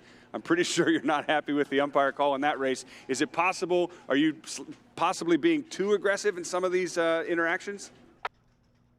Honestly, Tucker, we're not being aggressive at all. I mean, we're just trying to push a couple of crosses and make it our race, but we haven't been aggressive at all. Ian's obviously pushing it really hard, and I reckon he's pushing it too hard. Well, listen, Simon here, Sam, keep it up, keep that energy up in that pre-start, especially. You know, just try and get them rattled, and let's try and make this your day. Oh, Simon, we've got him on the ropes in the starts. He's no good there. Oh, I love it. I love it. Listen, that's such fun.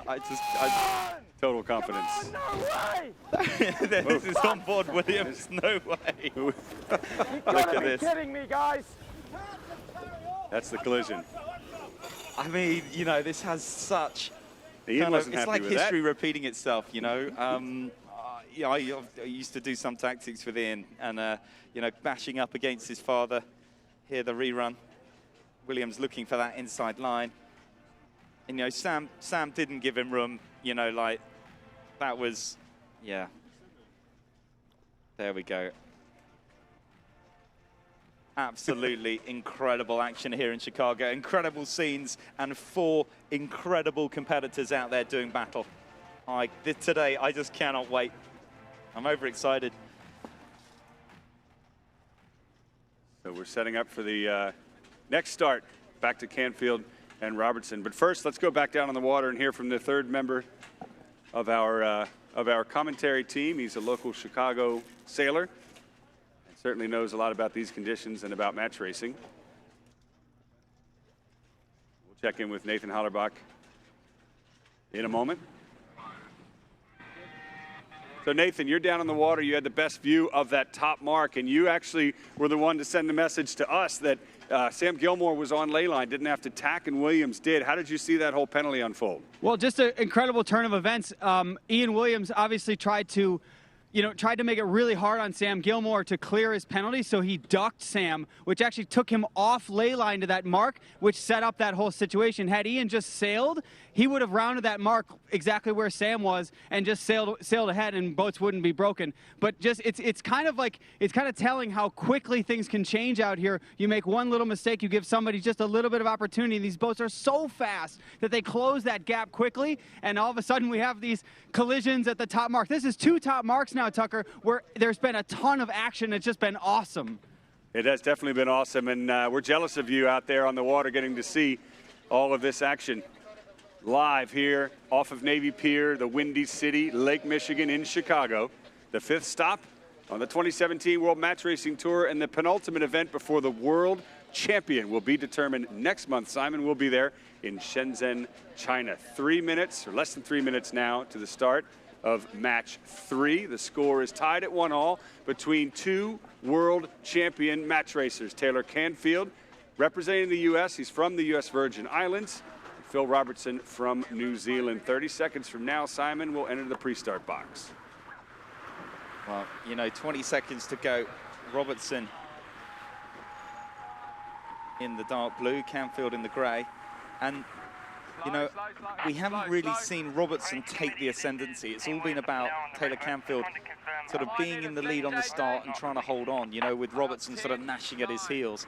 You know, if Robertson actually got the lead right from the start, would we see Canfield gnashing at his heels? I'm not so sure, you know. I think it's all about Taylor Canfield. He needs to really be in the lead of these starts. So he's managed that, if you like, both times so far. Once he kept Robertson behind, once he wasn't able to. Let's see how he goes in this third race. Here we go, less than 2 minutes now, so both boats have entered the pre-start box just off of Navy Pier. Minute 40 to go. To your left is Canfield, to the right is Robertson. 3, 2, 1. Driving, boys, go.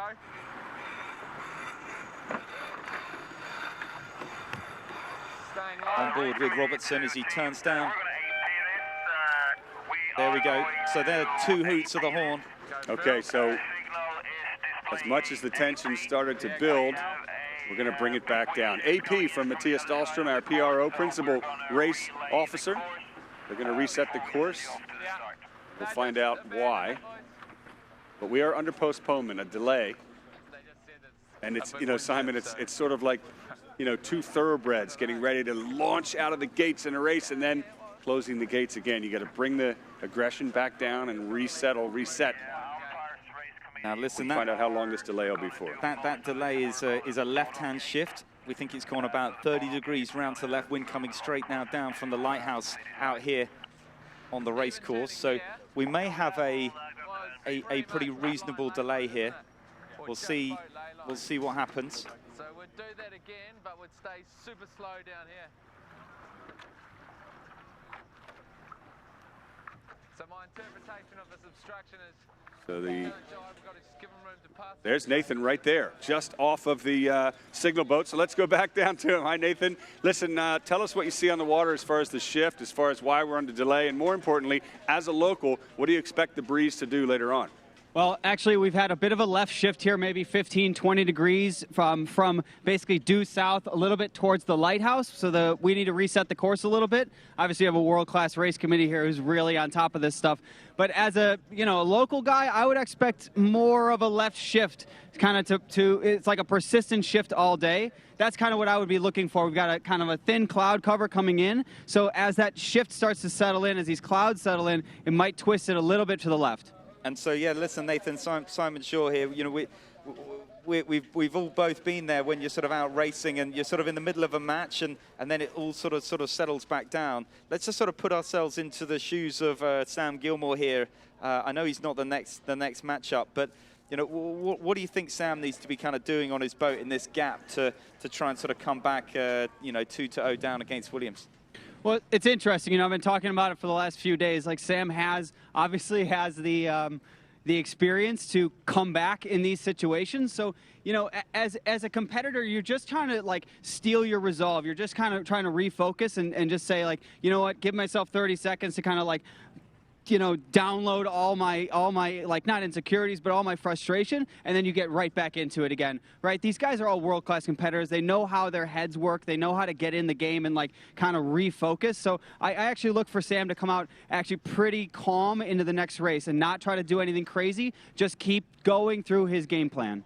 Okay, and if we were to look elsewhere around the racetrack and, you know, perhaps visit that pairing of Robertson and Canfield, you know, we were just talking about it before. You know, we've seen 2 races where Canfield's been in front and it's been the current world champion Robertson sort of chomping at his heels. And, you know, once he was able to keep him behind, the other time he wasn't. You You know, if that was reversed and we actually had Robertson in front, you know, do you think Canfield's got what it takes to sort of come around him? Yeah, I mean, that's such a loaded question, Simon. I mean, you've got two of the most heavyweight, you know, sailors out here right now. You got Taz Canfield. I mean, that's really all I can say. The guy's incredible. Does he have the chops to keep this, you know, keep the world championship or the keep world? Hey, I'm getting heckled by the peanut gallery out here, but yeah, of course he has the ability to keep, you know, Phil back. But, I mean, these guys are just like trading paint around the race course, right? It's like two heavyweight fighters just going punch for punch. So, you know, I just look for more of the same. Like, these last two races between Phil and Taylor have been two of the best match races I've ever seen. And obviously I have the best, you know, the best seats in the house. So I'm right up close and watching this action with these powerful boats coming together. It's been super cool to watch, but really it's just two great teams going head to head. It's been super exciting. So I don't know. I can't make a pick as to who's favorite here. But it's just really fun to watch. I hope everybody's tuning in online because this is incredible. I mean, it really is, isn't it? I mean, not to kind of talk this up, it is absolutely sensational racing. So listen. Thank you, mate. Keep bringing us that insight from the water, and we'll get you an update, Tucker. Thank you, Nathan Hollerbach, out there on the water. Listen, buddy, anytime you want to trade seats, you can come up here with Simon and I at Navy Pier. I guess the good news, though, Simon, is even though he's got the best seat for the match racing action, we've got the best seat for the Goslings Rum, which will be flowing this afternoon. And you can join us live here at Navy Pier. For $25, you get a ticket into the Goslings Lounge and 2 free Dark and Stormies or whatever rum drinks you would like. And the party's certainly continuing this afternoon as we conclude the Chicago Match Cup. So you listen, you know, talking of Goslings, I know they're partnering with this event, and you know, let's just see a little bit about them.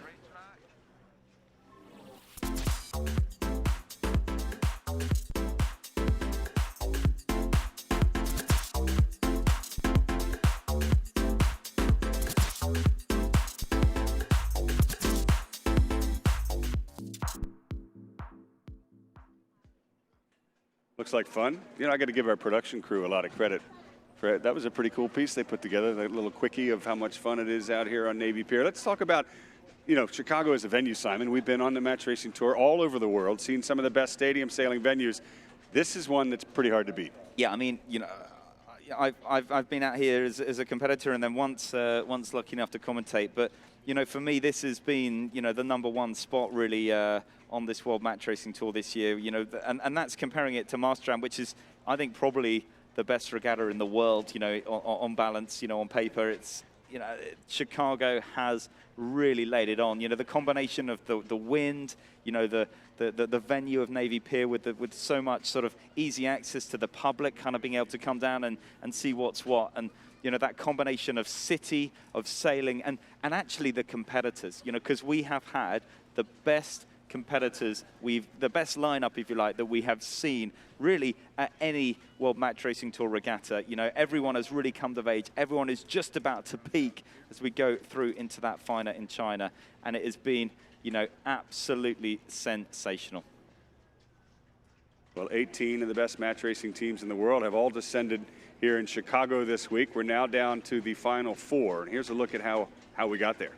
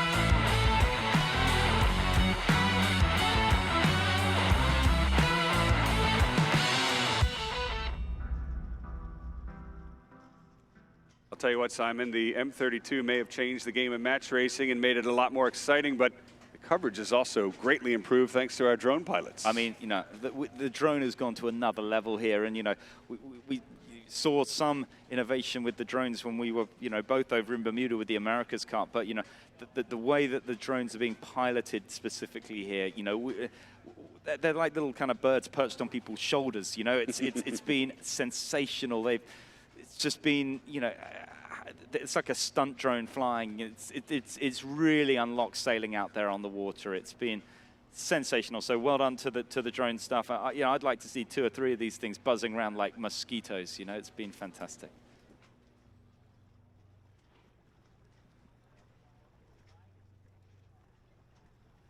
Navy Pier. You can see the breeze is up here in Chicago, the only U.S. stop on the World Match Racing Tour. 5 events so far. There's Matthias Dahlstrom, the principal race officer, making the calls. I mean, he's working Tough hard job. out there. You know, we have seen that sort of 20-degree shift. And I know the mark's in. I can actually see the top gates are in. We're just looking for those bottom gates to be in the right position. And then we'll be back underway racing. We have heard that there's 5 minutes until the next race. So, you know, stay tuned, stay with us here on the feed, and welcome to both the viewers here on the World Match Racing Tour channel. Remember, you can keep up with this regatta all the way through today. We're live streaming on Facebook/World Match Racing Tour. All the updates are going out on Twitter at World MRT. We're on Instagram, World Match Racing Tour. My name's Simon Shaw, at Simon Shaw UK. I'm here with at Tucker T Live, Tucker Thompson, bringing you, the coverage here from Chicago. This is the penultimate stage of the World Match Racing Tour. Next stop in Shenzhen in China, where we will see a champion crown. This is the World Championships, one of 5 ISAF endorsed events, and the competitors out there on the water just putting their final preparations. We are under starters orders. Yeah, there's your current world champion. Well, Phil Robertson there, and there's Matthias Dahlstrom. At some point, that red and white flag, you can't see it behind the orange flag, is going to come down, and the start flags will go up. We're certainly hoping that happens pretty soon. I'm sure you are too, watching us around the world and also live here at Navy Pier. Folks, if you've just arrived at Navy Pier, the party's about to begin here at the Goslings Lounge. Dark and Stormies will be flowing, and that's a hint to all you bartenders here listening to Simon and I talk. Our throats get a bit dry. Dark and Stormies certainly keep the action flowing.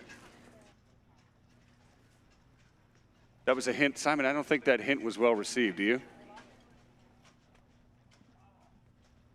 You think that hint was well received at Goslings? Well, I don't know. They're kind of looking. I'm not sure they're set up. I can see them setting up their T-shirts. I don't see any rum. No, they haven't opened yet. I tell you what, I could do a little bit of a hot toddy. I'm not sure it's quite cocktail time. But while we talk about drink, there's 4 sailors out there on the water that probably need a little bit of something to steady their nerves. It's, been perhaps the most sensational morning of match racing. We're just having a little bit of a lull before, I'm sure, the storm kicks off again. Both of these matches closely poised. Oh, that's the guest on board. The hot seat. That's Richard Sydenham. It's not the hot seat. Oh, well, look, with that jacket there, he didn't look like a competitor. He looked a lot older on camera, too. Wow, He's going to listen to me say that afterwards. Throwing him under the bus. Sorry, Richard. And there's Paul Campbell James, America's Cup star, to Ian's right. Ian sitting in the center and Chicago in the background. Really have a lot of hurry up and get going. In what's going on with Phil Robertson there? Ready to pull trigger here, boys? 3, 2, 1, let's go.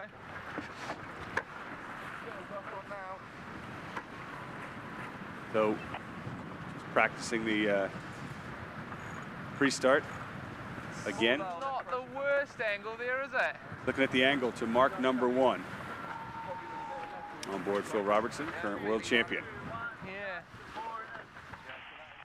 Well, let's go back to the signal boat, the race committee boat. Matthias Dahlstrom. Matthias, you are in charge of everything out on the water. We all know we're under delay, so we want to check in with you and find out what the delay is, and not only that, but when we can get the game going again. Yeah, we had a wind shift of 30-40 degrees coming in, so rather than start a race that we knew was going to be bad from the beginning, we decided to AP that race, postpone that race. Reset the course after the new wind direction. It's a lot of moving parts on this race area with double gates and boundaries and everything.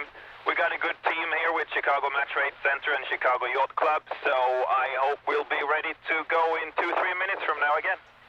Well, we do too, Matthias, and this is a good time to give you and your entire race committee crew props for doing a great job, not only here in Chicago, but all around the world. So thanks for what you do, and we're looking forward to the next race. Thank you very much. Hope to get going soon. So do we, right? Yeah, we're all getting ready. Welcome to our viewers from at World Sailing. So streaming live, not just on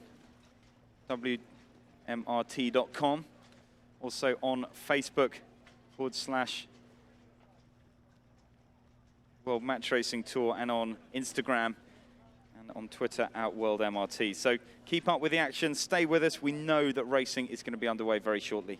We certainly can't wait to get into it. But right now, we want to remind you how good things were yesterday. Here's a look back at highlights from the semifinals.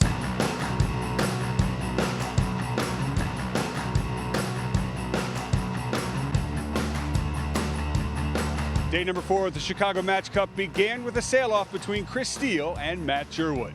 And it went all the way to 5 races before Steele sealed the deal to join the top 8. Into the quarterfinals, Phil Robertson, back on top form, wrapped up David Gilmore 3-0. Sam Gilmore started out with 2 losses to Jan Gichard before finding his footing and winning the next 3 to move on. Taylor Canfield sealed the deal over Nicholas Dackhammer, but he had to work for it, particularly in the 4th and deciding match where Dackhammer overtook Canfield for the lead. Canfield clawed back in the end to win it and move on. Some of the best match races were saved for last, with Chris Steele giving Ian Williams a run for his money. But the 6-time world champion prevailed in the end, sending Steele home. In tomorrow's semifinals, Ian Williams will face Sam Gilmore, leaving Taylor Canfield to fight Phil Robertson. Only 2 will move on into the finals, and of course only one will be determined the Chicago Match Cup champion. Who will it be? Join us live from Navy Pier here in Chicago to find out.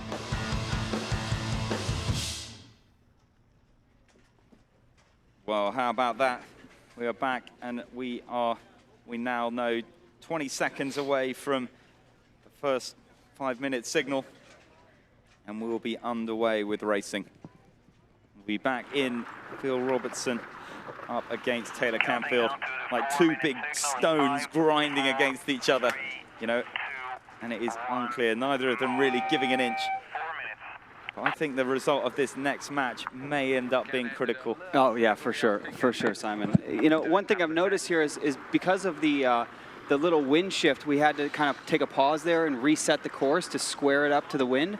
But there's actually been an increase in the wind, right? It's gotten a little more chilly. You can see out near the lighthouse out there that there's actually more breeze coming in, which should make this a lot faster, a lot more exciting, and also hopefully a lot closer. Yeah, I mean, it feels like the wind has mixed up a little bit more. So, you know, you often talk about the breeze being sort of the extent to which it's sort of laminar or turbulent. It's very well mixed. The air's sort of dropped down, and you know, plenty of power in that wind as we get ready for this next race. Like you say, it's I think it's going to be sensational. Still full mains. These M32s are going to be, you know, flying with full power. Just absolutely flying. Now, Simon, you've been following these guys all around the world, right?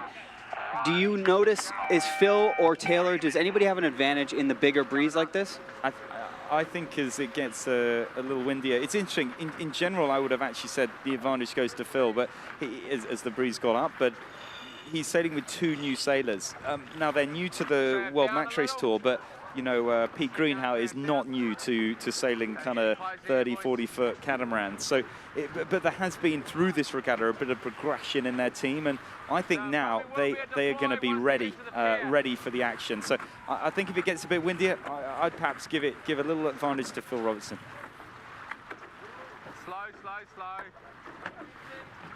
Slow. Okay, well, here we go, folks. Back into the match. 15 seconds to go to the start, the 2-minute entry period, rather.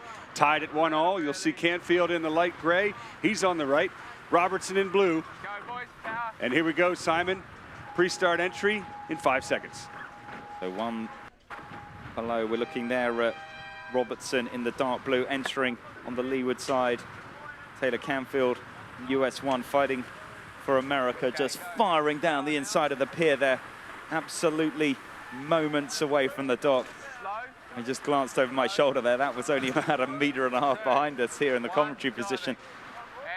As Canfield goes for the jibe, Robertson jibing in front of him to try and shadow Canfield back. Robertson, I think, looking to try and hold on to the lead here, but Canfield diving for the inside. Robertson looking to try and shut it back down, but Canfield snatching it back. Both boats lit up in flames as they blast across. Robertson with the luff, forcing Canfield to bring his bow up. High mode, cut. Robertson aggressive, coming up on 1 minute. You can feel Back it, please, go. Big backs. Main shit on, JJ. he is on it this time. You can feel the energy fired up, coming up on 1 minute, Simon.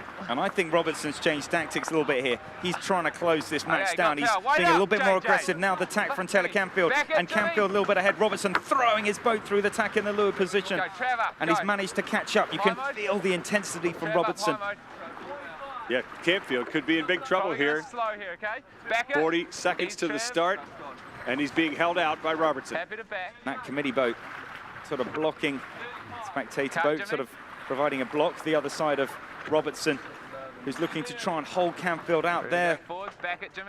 A line back. I think Canfield's now got enough distance to accelerate into, but Robertson trying to stay forward. The line just a little bit down there, the pin just in view. The committee boat sort of on the bow of Canfield, the smaller of the two white boats, just on the line. And Robertson looking to shut it down. He can sense Canfield starting to move in the windward position. Robertson trying to build speed in a high groove, but Canfield, I think, maybe has the roll. Both boats bringing their bow down. Robertson on the inside. Canfield just above as they turn down, and bang! Both boats absolutely inches away from the line as they fire off even Stevens to both boats. Relatives! Tension on board from Phil Robertson. He tried to shut out Canfield from the start. That didn't happen. Now it's bow to bow into mark number 1. Robertson only trying to hold on to the inside. Can he get there before Canfield rolls him? Well, Canfield is starting to roll, but Robertson, he's only got another length, another 0 length, and absolutely bow to bow as they thunder around the reach mark. No one giving an inch. Robertson just holding on to the inside, and I think his air now going a little bit forward as he sort of turns down. Can Canfield roll? The jibe mark will be coming up. Robertson turning down into his jibe as Canfield jibes on the outside as well. Now Robertson will be throwing his dirty air down onto Canfield this time. Can Robertson get ahead? I think he's got a good shot at it as we thunder down towards the bottom gates. Slightly better jibe on board with Robertson. Looking to lead into the leeward mark, and he's got it.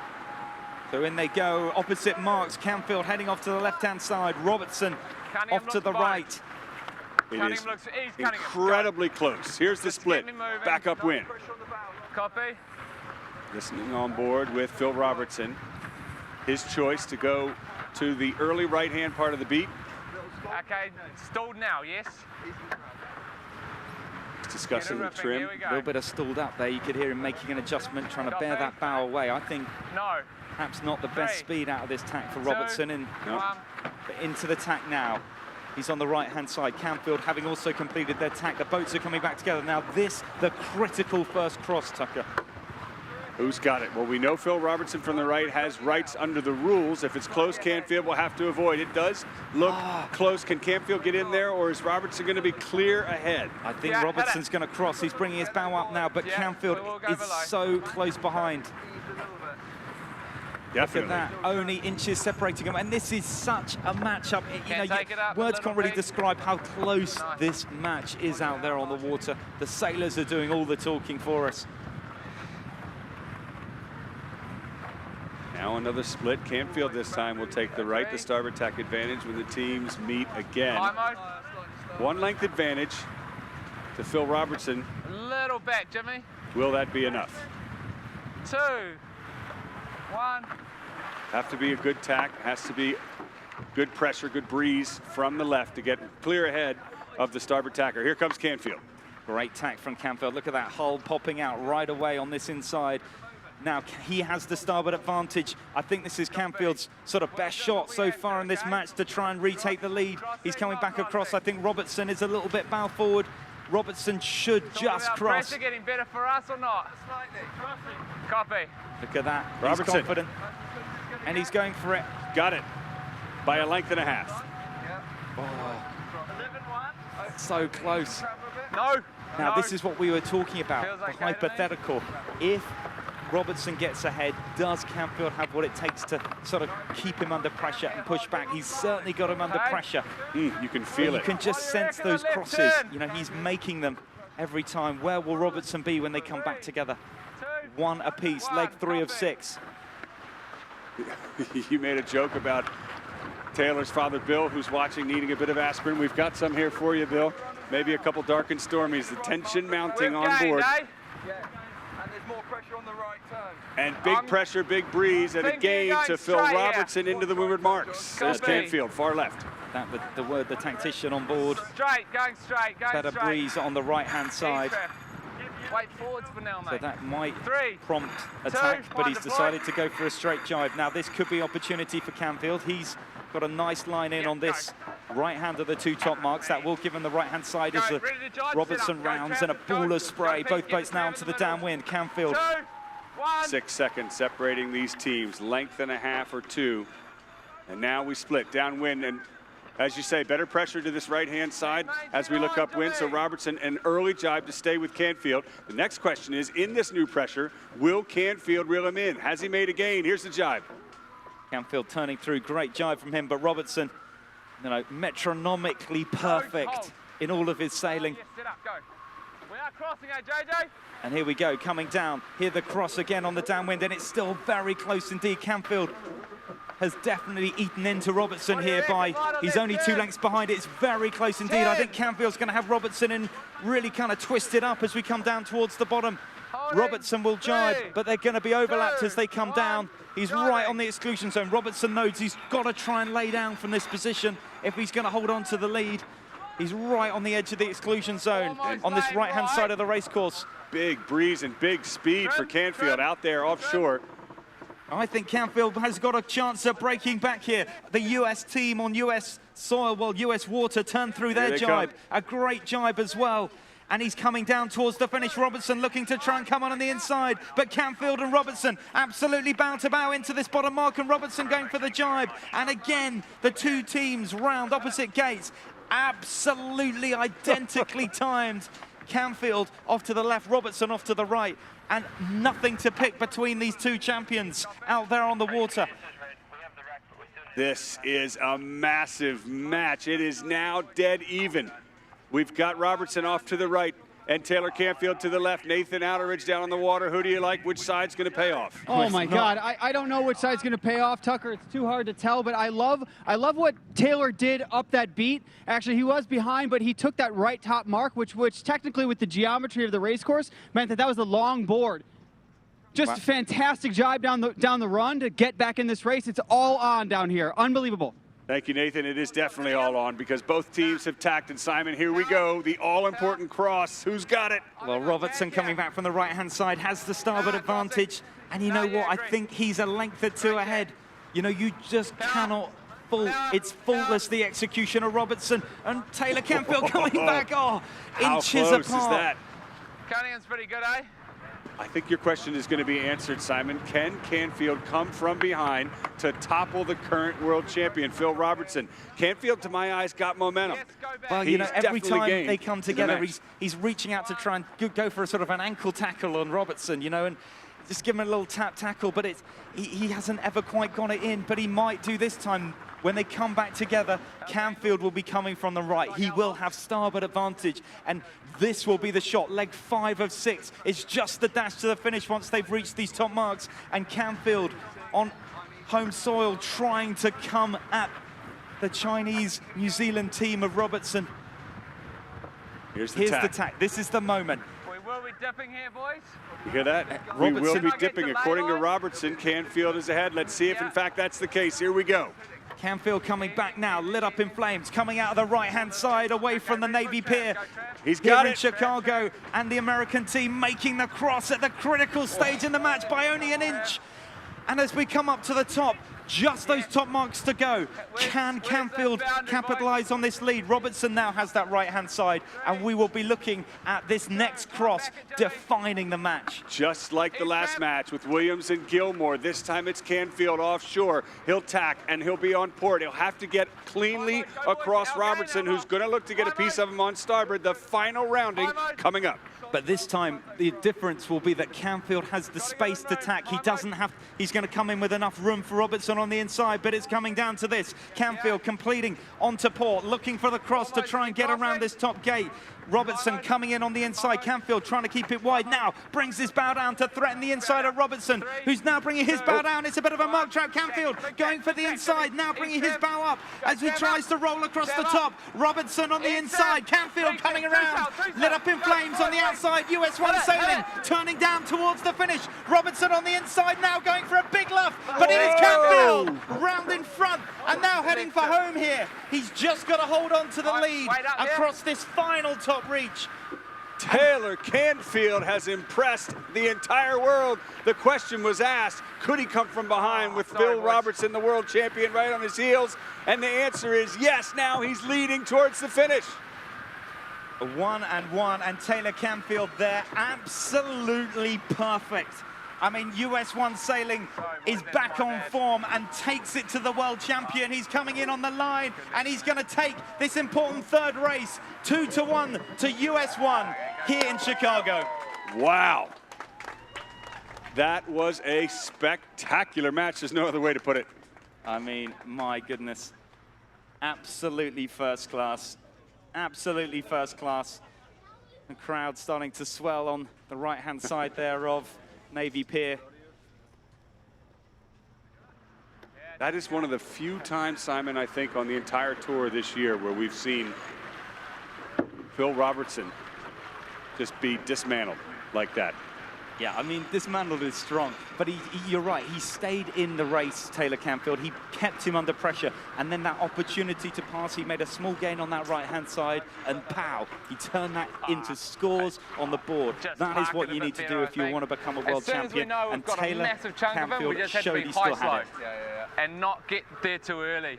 The worst is to get there early and then he can dip us and go. He's traveling and slow you down more. Yeah, we just, well, it's a cat, you know, like if you do it too much and he crosses, you've had a full shocker.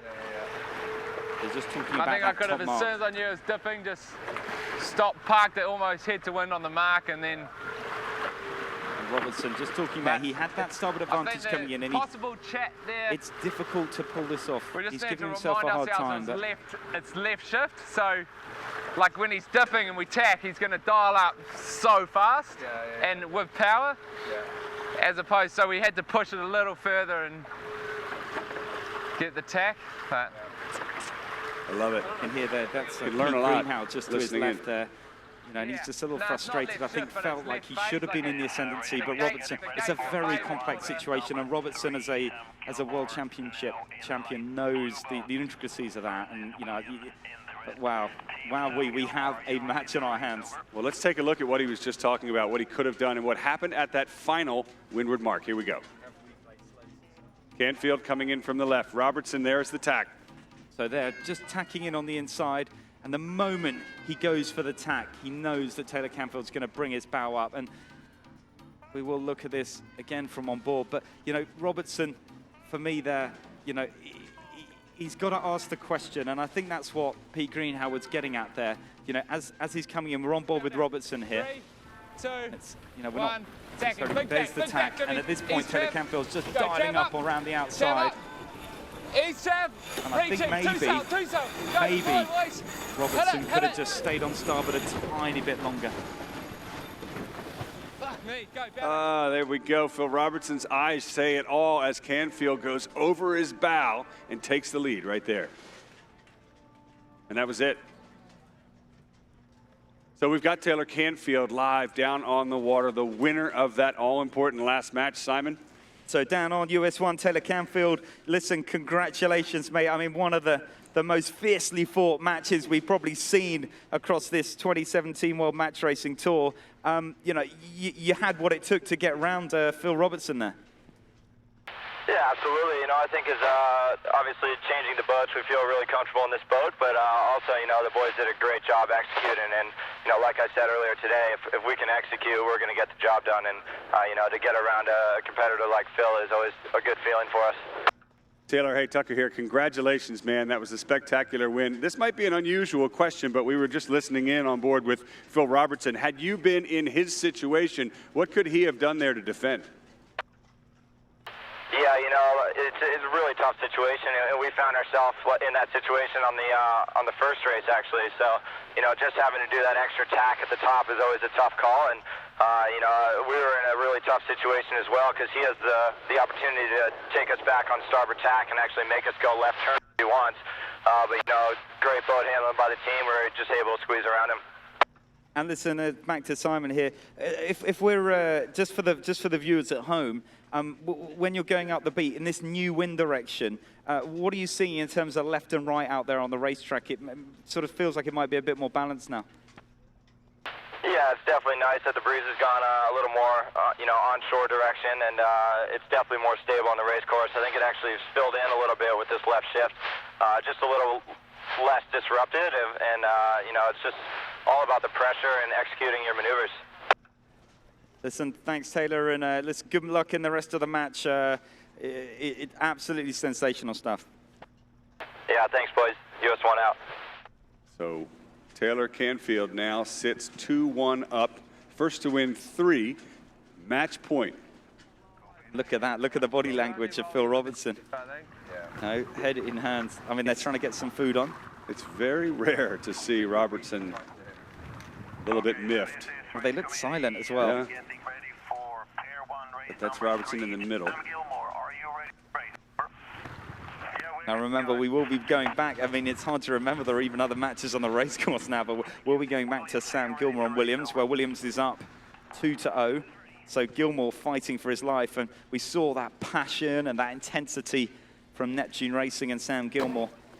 My goodness, you know, I want to see him bring a full Neptune Racing white hot poker to this next one and try and beat Williams with it, and you know, maybe he can get a point out of this race, and you know, and this one can stay alive, because I mean, we knew that we had a load of teams coming into this championship absolutely on top form, and you know, that has really lit the touch paper of these semi-finals. You know, 2 sensational matches.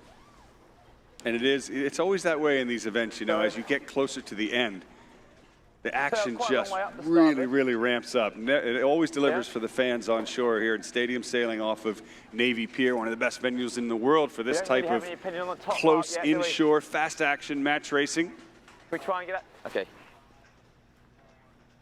World Match Racing Tour sailors getting their watches ready for the 4-minute signal. There it is. As quick as we can, okay, guys, please.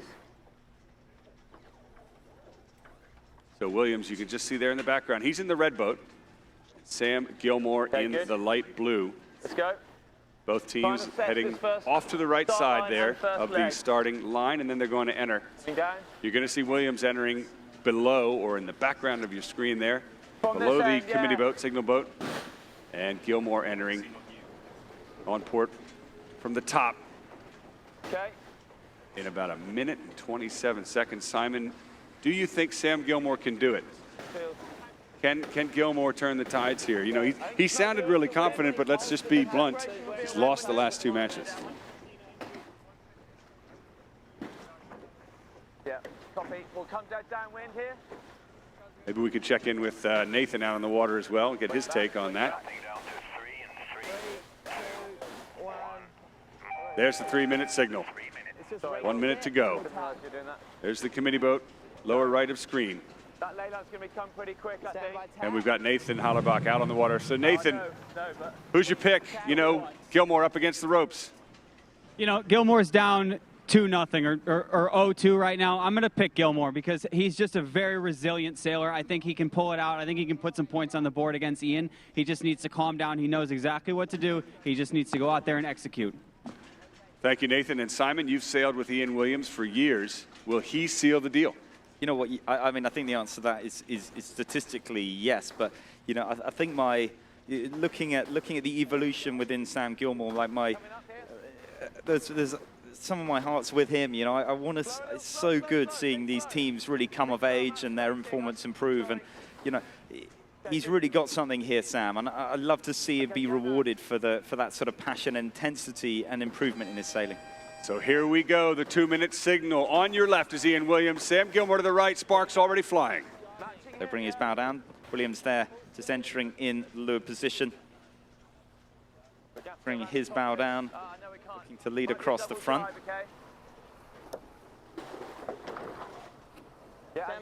Williams in the lead.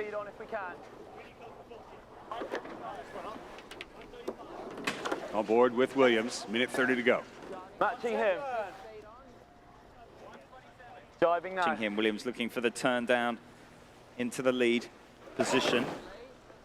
120 to go. Gilmore looking to try and get into a good position to tail Williams back. Try and drive him back early. Way early. Coming up to stop, but don't want him to Williams hook. not happy with his He position. tacked He's up. way too early. That means he's going to stop, and when he does, he's a bit of a sitting duck. Full tack.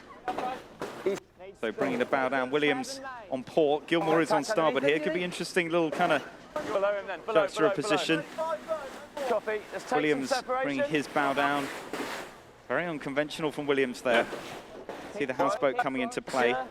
See attack from Williams. And then I'm sure we'll see him bring his bow down and try and keep speed on, trying to attack the line of Gilmore. I like Gilmore's position here. Yep.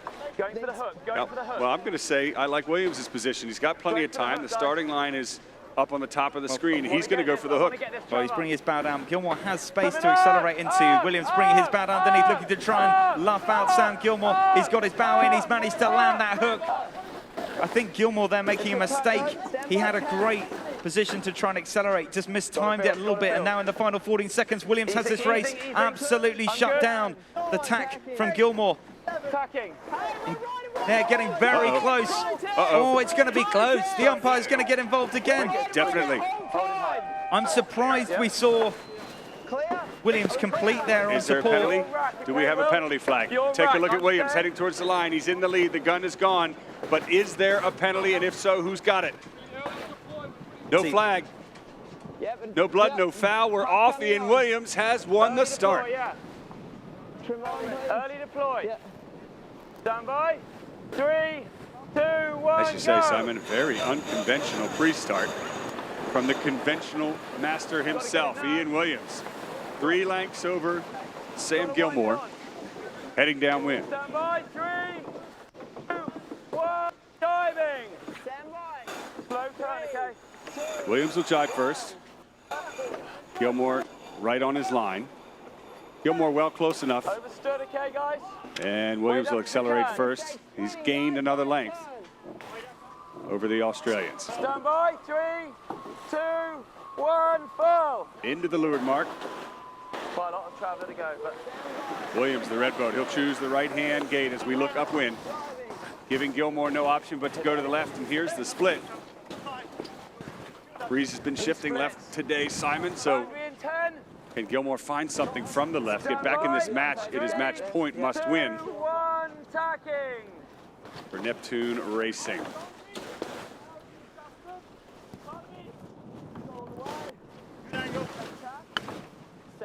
Bit of weather helm out of that, guys. 3, FYI. 2, 1, tacking. So there's Williams from the right. Got a good lead here, guys. And Gilmore has tacked as well, far left of your screen, just below the graphic. Is that a header? To my eye, We want to lead it it's back. Gain Williams. Your call. Pressure in front. Good pressure in front. Oh, stick to the left of it. You heard Williams say your call. He's listening to his tactician. Paul Campbell James. Well, a little more cunning, okay? You'll often hear Williams ask the question of his tactician and then try to sell him on his opinion. Copy. I heard Williams say better breeze ahead, and so they elect to continue on starboard to the left. If anything, we're a touch slow here, Sid. Leaving Gilmore Stand by. 3. to sail up the left. To my eye, Gilmore's in a nice puff right now, Feels pretty good. but it's a lefty. And where he is on the course is to the far right. He needs a righty, Simon, to get back in this. He's at the exclusion zone. Gilmore tacking now. Williams looking strong, you know. Right, let's trim on, guys. Got to keep the hull up. Gilmore has to get close. He used to just sail fast, try and use boat speed to try and break back in this match. We are back in this. Has he got, you just heard him say, yeah, they are back in this. They got some breeze from the right. I think it's more pressure than angle, but that speed has helped them gain. That's what he needs. He's close enough to be in striking distance. You know, all the intensity, all of that energy doesn't really come to bear unless the boats can get near enough. And Nervous. he's now maybe achieved that. Stand by, tack.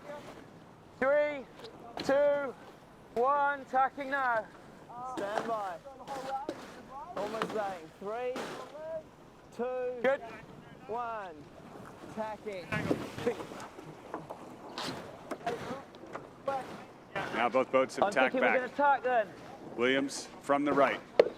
Gilmore has reeled in a bit of that lead, and now we're approaching the top marks. Gilmore, Simon, is right back in it. Here we go, Brink coming in from the left-hand side. Sam Gilmore looking to try and break around that opposite mark. Williams will be rounding left. Gilmore rounding right. Right back, Sid, right back. Big easy, okay. Needs to make sure this works out. Sam Gilmore, Wind it on. 2-0 down. Only 7 seconds behind the Aussies, and a split downwind. Stand by. 3. Williams looking for an early jibe, obviously fearful of Gilmore's position. He's out by that exclusion zone. But Williams has managed to grow down this downwind there. The big wheelie from Sam Gilmore as he comes through his jibe. Both boats coming back together, and Gilmore still a little further back, actually. Williams getting the better of the exits from the top mark. Yeah, Gilmore just a little bit out of sorts there after that jibe. You saw that big wheelie, or we saw it anyway, here off of Navy Pier. But he's got speed. All the ease you can give me. Keep the weight out, please.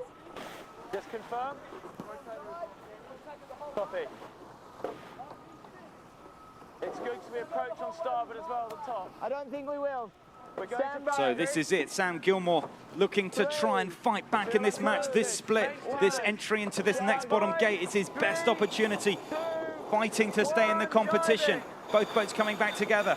Williams with the jibe down. Sam Gilmore turning down to jibe to come back at this bottom gate. Sam Gilmore in light blue, Williams in orange. Both boats coming back together.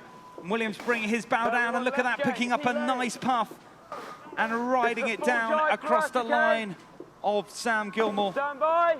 3, 2, 1, jibing. So Williams now on lay line, straightest course into the bottom mark, and Gilmore has to do another jibe. And Williams there just tightening his stranglehold on the competition, heading out to this right-hand side. Leg 5 of 6, just the upwind to go, and then the dash to the finish. Williams has used all of his experience through this match to sort of tighten his stranglehold, and here he's just managed to edge out in front.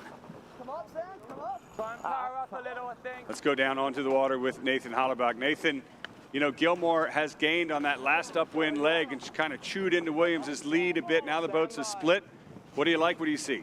They're just kind of, you know, they're just hanging in there, just hanging around, waiting for that opportunity. It's actually gotten a little bit more puffy and shifty out here, so it's not like yesterday where it was chutes and ladders, but there are opportunities in passing lanes. So the longer Sam Gilmore can stay in this and stay close, he has a shot.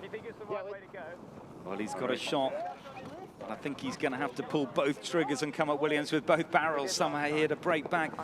Williams has this race sort of shut down from the right-hand side at the moment as he tracks back across.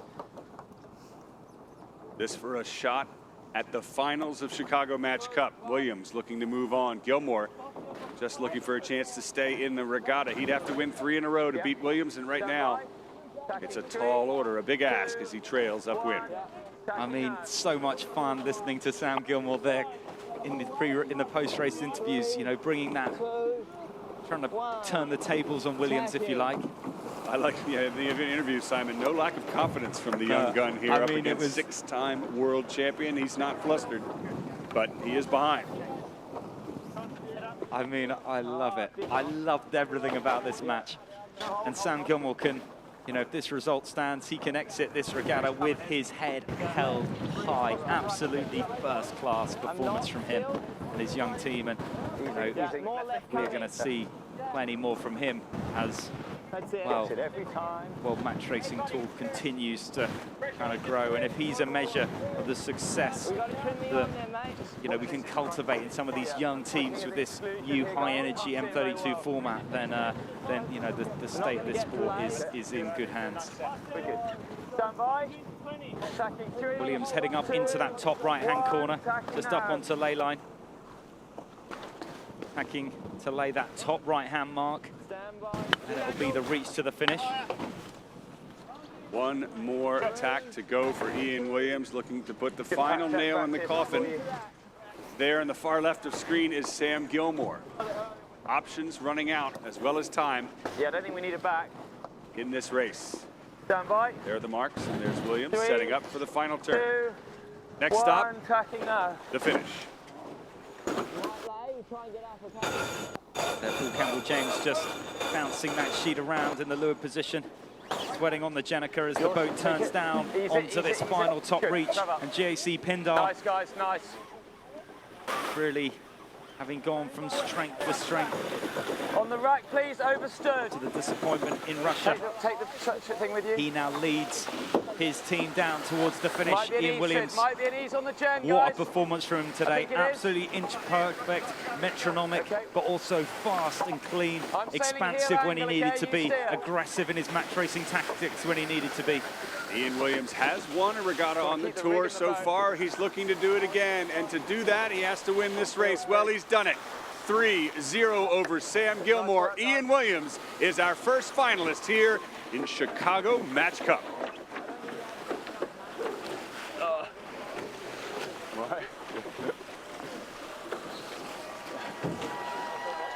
Hear the crowds cheering on shore. I mean, if you want to win this regatta, Simon, you need to sail like that, like Ian Williams just did. I think these are the finals boats. What do we do now? We swap with a fleet race dude. There's Gilmore crossing the line. I know we won't be happy, but as you say, Simon, made it to the semis of the highest level of match racing. We're going to see plenty more from the young Aussie team. Totally amazing performance from both teams. Can see Sam Gilmore there waving the umpire in.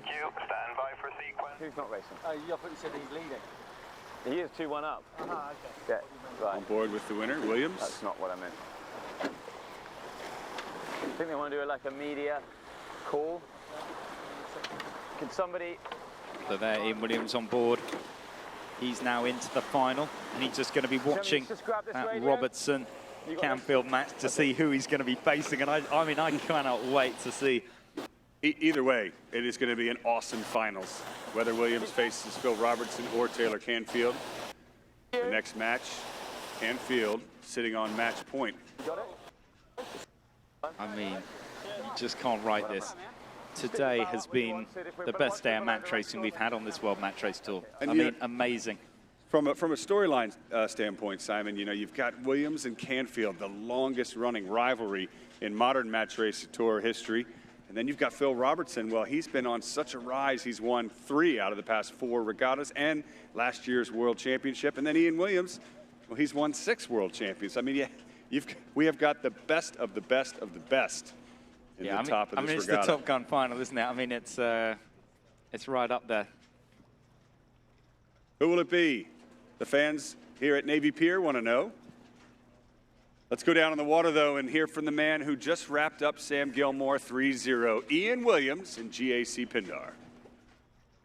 Yeah, so here we are with Ian Williams, who just wrapped up a 3-0 victory over Sam Gilmore. Why don't you tell us a little bit about that last race and also sort of what you guys were thinking going into that last race. I mean, everybody on the dock was kind of talking about where your head was at and how you're going to kind of close them out, and if you could. So we'll kind of walk us through that, you know, the mentality of that situation.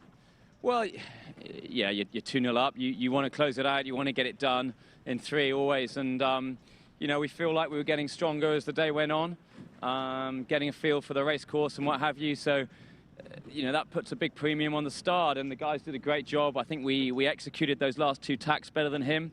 Managed to stick that last one right underneath him. And that, you know, that was the key moment. Right. So as the conditions progress today, do you see any sort of major changes coming, and are you kind of preparing for your next match? Mate, we've just finished the semi-final. You know, we'll just take a bit of downtime, get some food and some water, and then once we've got a start time when we know what's going on, we'll start preparing for that. Right. So 2 more questions. Obviously, I mean, the obvious question is you've got Phil Robertson against Taylor Canfield. In your ideal world, who are you going up against? Oh, the worst one for sure.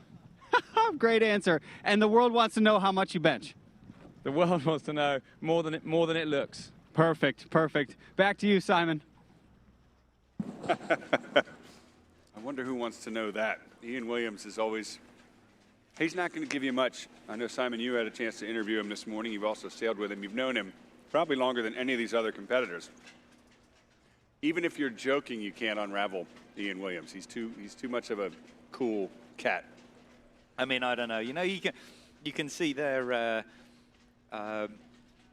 He can get rattled, undoubtedly. But you know, not rattled there. He's coming off the back of a win, and it all remains to be seen is who is he going to face. And you know, I don't know. I think he'd be happy to face either of them. Actually, they're sailing really well there, JC Pindar, and you know, I think. They all think certainly they've got what it takes to come around to whoever comes through this other semi-final. But, you know, that is what we're going to find out right in front of our eyes today here in Chicago. There can be only one winner. It is going to be now one of 3 people. And we are looking at 2 past world champions head-to-head in this next match to see who is going to progress through. Well, I'm going to go out on a limb here and answer Ian's question for him. I think he would rather face Taylor Canfield, who I believe he knows better. And also, Phil Robertson is on a huge roll right now, having just won in Russia. He won in Australia. He won in Sweden. And arguably, he's the form team of the World Match Racing Tour. So if I were Ian, I'd probably want to face Taylor. Having said that, Taylor is up 2-1 over Robertson, who's now in a must-win situation to stay in this regatta. We haven't seen him out of the finals. It's fun to speculate. I mean, I think I don't think Ian will be thinking too much about it. Like, you know, in truth, as a professional athlete, he'll be like, I've just got to face who I've got to face. But this is more about my journey into this final and how we're performing. You know, it's a lot more introspective than you think. But I actually think he might rather have a pop at Phil. You know, if you look at the evidence of this regatta, he's been rattled a number of times during the rounds. Only just made it through the Super 16 round. Taylor Canfield's now, you know, not necessarily got him on the ropes as such, but, you know, a couple of crew changes on board China One Ningbo coming into this regatta, and they are formidable, but there are cracks. He's not starting as well as he might like, and, you know, but I'll tell you what, time will tell, and, you know, we're going into this next match. Well, I wouldn't want to face either of these top-level competitors, and it is all on. 2-minute gun has gone. You're looking at Canfield in the gray boat, and in the blue boat, it's Robertson. Converging course just off the pier. Look at that. Right on the edge of the pier, thundering and down, perhaps only a foot or so across. And the gloves have come off right from the start. Canfield has Robertson boxed in. Look at that, turning his bow right up in front of the line of the reigning world champion, US 1 sailing, looking on home turf here in Chicago to really put Phil Robertson under pressure. Robertson with the Jenniker already out. Minute 22 to go to the start, and Canfield responds. He's leading. Clearly, Canfield sees this start as an area where he can put Robertson under pressure. Ready for bow up. 2. Canfield turning the bow up, Robertson looking to try and roll, and I think he's got it in comfortably. There he goes. Canfield looking to try and shut the door, but Robertson using that Jenica and the acceleration to roll around the front of Canfield. All this racing just off to the left of Navy Pier as he now brings his bow up, and Canfield coming in now. Can he just get the dial in? Robertson completing down on support, and we'll see, and I'm sure top back, and it's a nice strategy, this. A 2 tacks to waste time. It's one of your best ways to waste time, and he's done that first tack. Now can Canfield tack underneath him and keep him under pressure? Let's see. There's the tack. Canfield looking for the hook, trying to close out Robertson, who's going to put his bow down. Less than 30 seconds to go. There's Robertson in the foreground in blue. And I think Robertson could be under pressure. He needs to make this roll.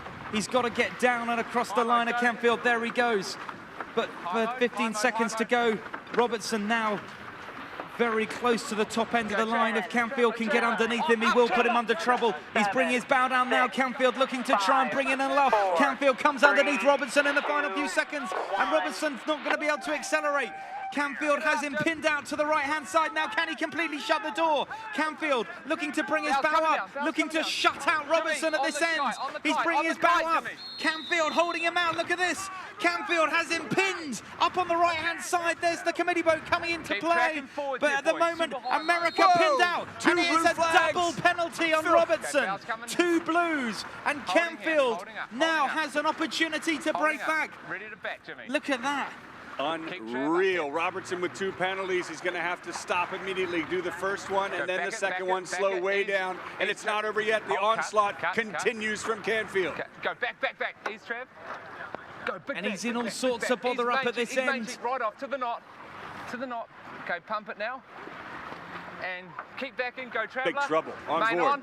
The world champion team. Go. Should be all clear here. Okay, so one flag has come down, the other flag has come down. It is all clear, but not before Taylor Canfield, who's had his way with Phil Robertson, now heads in the lead to mark number 1. I mean, look at that. I mean, Taylor Canfield grabbed Robertson there by the throat, and he banged him up against the garage back of the school and gave him a good little kicking. I mean, when you're coming in and you're 2-1 up, that is how to serve it up. Canfield really, you know, serving Robertson up with fries and an extra large Coca-Cola there. Okay, you're not kidding. Right, supersize that one. Canfield will jibe on to port. 2, now, 1, what can Robertson do to catch up? He's trailing by 4 boat lengths as we head downwind.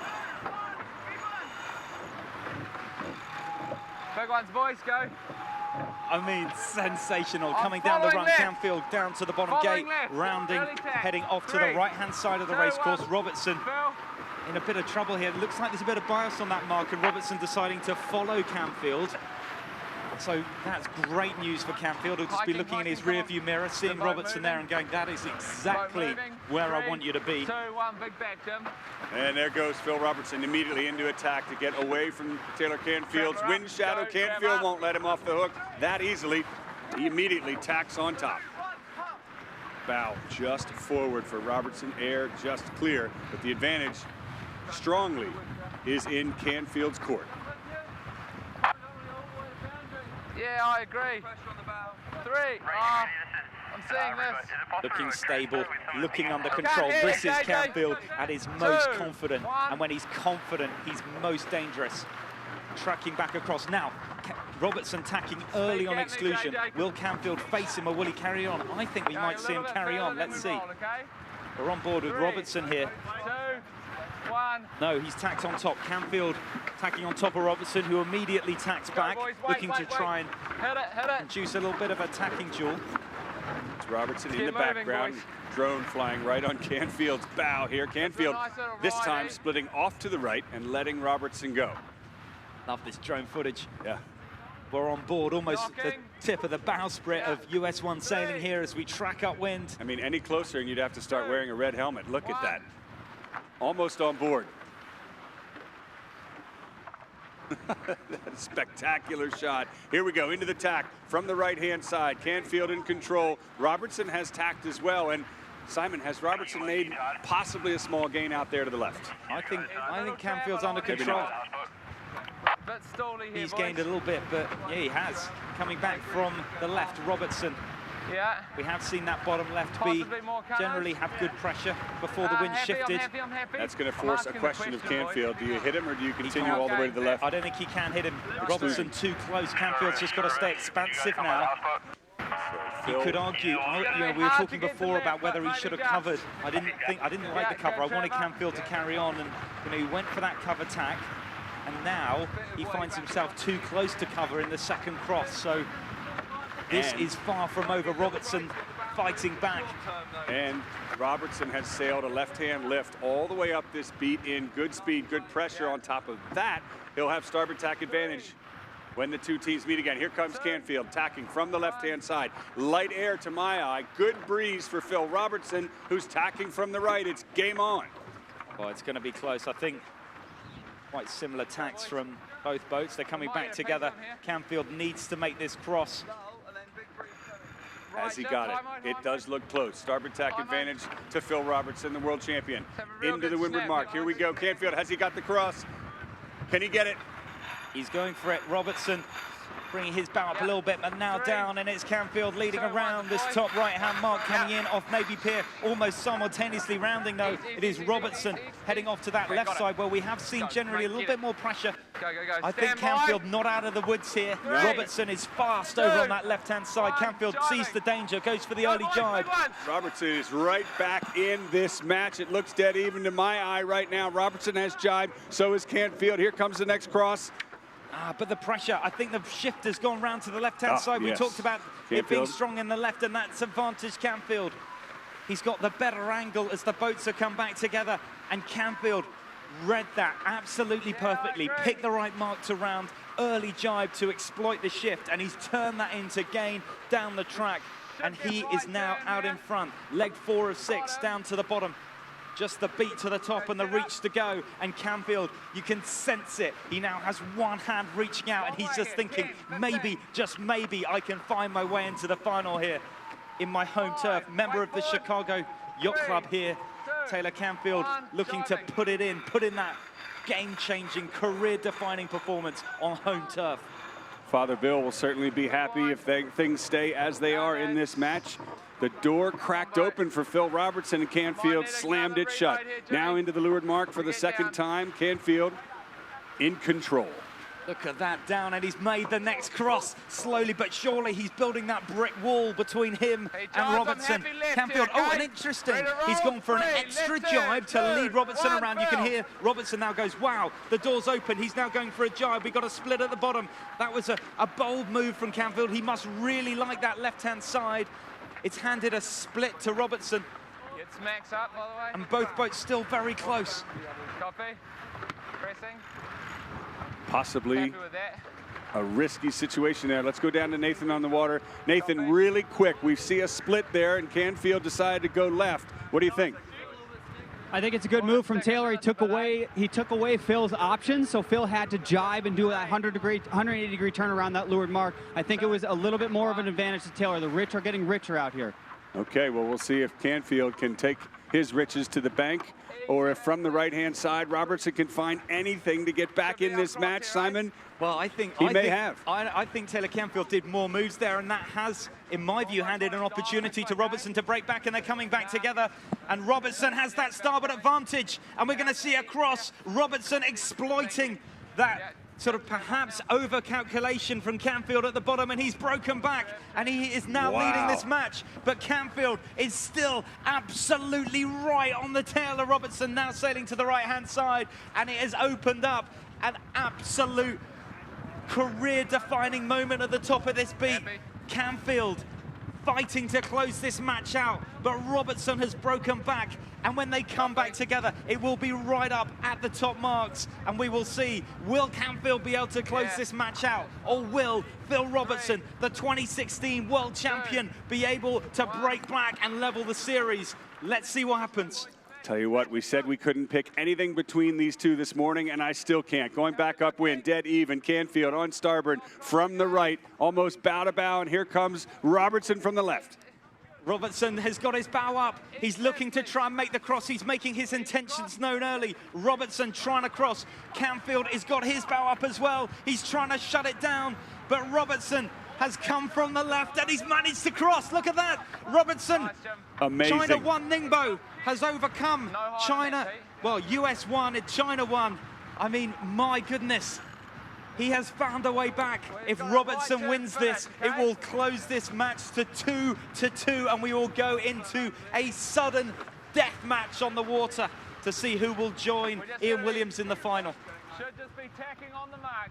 3. And now Robertson strong from the right will have starboard tack advantage. And is he going to lay for this final turn? Yeah, he's right on lay line for the last right-hand turn to the mark before the finish.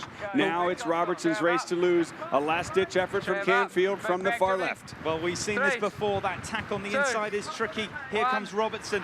He's just got to make this tack stick. Canfield's coming in with a bit more speed, coming in from that left-hand side. Robertson slow after his tack and now looking to make the bear away. In comes Taylor Canfield.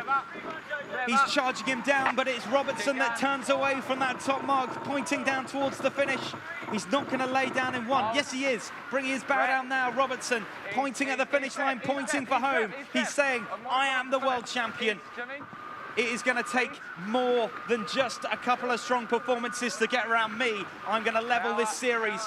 And Taylor Canfield, if you want to take my crown from me, you are going to have to bring everything in this next match. Phil Robertson was down but not out. After 2 penalties, he found some extra gas in the tank to overtake Canfield.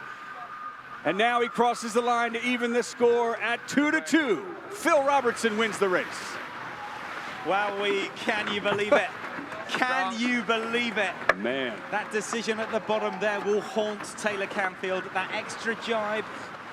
He handed a beautiful split to Robertson at the bottom there, and he just made it stick. And we now go into a sudden death match. And as if the drama couldn't be laid on any thicker here in Chicago. I did not see that coming. Clearly, Taylor Canfield didn't see that coming either. After that start, Taylor did such a good job. Where did Robertson come from? I mean, you just can never count him out, you know, and he keeps it close time after time after time. He sails his boat so well. He has basically the best speed there in the fleet. I think that's unquestioned, you know, and he's just always just making small gains, and it's so difficult to hold that sailor behind you. Any team, you know, and Robertson, wow, I mean, to come from behind there, I mean, that is the performance of a champion, you know, and Taylor sailing perhaps the best he's ever sailed in his career. I mean, it's just anybody's pick as to how this next match is going to go, but it's going to be exciting. That I can tell you, Tucker, it is going to be exciting. It's already been exciting. If you can ramp the excitement up anymore, I think our heads would explode. This is spectacular match racing live here in the Windy City of Chicago off of Navy Pier. If you're a sailing fan, or even if you're not a sailing fan, if you don't even know what's going on, you know one thing. This is exciting action, live and direct, right in front of us here in Chicago. We're going to go live out on the water with Phil Robertson. Just a moment. We've got Nathan Hollerbach on board with the winner of that last race, Phil Robertson. Nathan, take it away. Board here with Phil. You were down, but you were not out. What was sort of the feel on board when you were sort of behind there against Taylor Canfield? Oh, look, we're always in the game, I think. You can never not be in the game here. You never ever give up. So I think the opportunity opened up for us once he sort of jibed for right turn at that last bottom mark. We were sort of in on ley line, and I wasn't too stoked about it, being that side of the course, and he took it. So thankfully, it sort of played into our hands a bit to go left, and I think that's where we made the big gain and managed to play it from there. So this last kind of winner-take-all race here, what's your game plan here? Do you come out aggressive? Do you kind of just let him make mistakes, or do you just approach it like every other race? No, I think you always approach it like every other race. Pretty standard answer, but look, we've made a few little mistakes that we're not too happy about, and I think we've got a lot to tidy up on board to be able to beat him, and he's been sailing well. He's kept ahead of us most races, so yeah, we've got to come out firing. All right, man. Well, good luck. Go get him. And we should be in for some great... Let's go. All right. Thank you, Nathan, on board. I'm sure he wishes he could stay there for this next match. I mean, whose boat would you rather be on going into this final sudden death decider, Simon? I think I'd rather be sat on the back of Phil Robertson, because then I could hear Taylor Canfield kind of yelling at me in the pre-start. And I think, you know, it's kind of history in the making, match racing kind of history. This is totally sensational regatta here in Chicago. These finals, these finalists, you know, all absolutely top competitors, and they're sort of all my favorites. You know, watching all 4 of these teams out there today, and It's hard to pick, but you know, Taylor on home soil, you know, you got to think, you know, that American flag blazing in the final here against Great Britain could be totally amazing.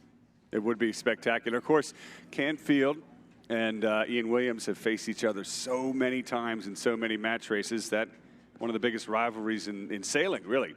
And then there's Phil Robertson, who just will never, ever roll over. You can't rule him out of a race even if he's a leg behind.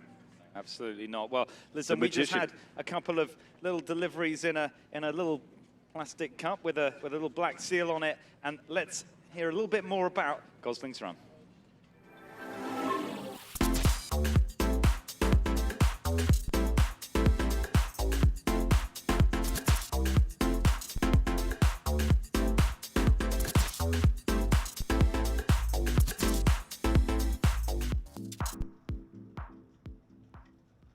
Well, there, Gosling's tent behind us, and you know, just if you sneak your way into there, you can pick yourself up a couple of free dark and stormies with the $25 entry. But you know, I think everybody here on the pier is getting an absolutely first-class view of this racing, and 2-2, we're going to be watching these teams absolutely toe-to-toe in this next match. And you know, as we said, it's really anyone's pick who can make it through. It's going to come down to execution.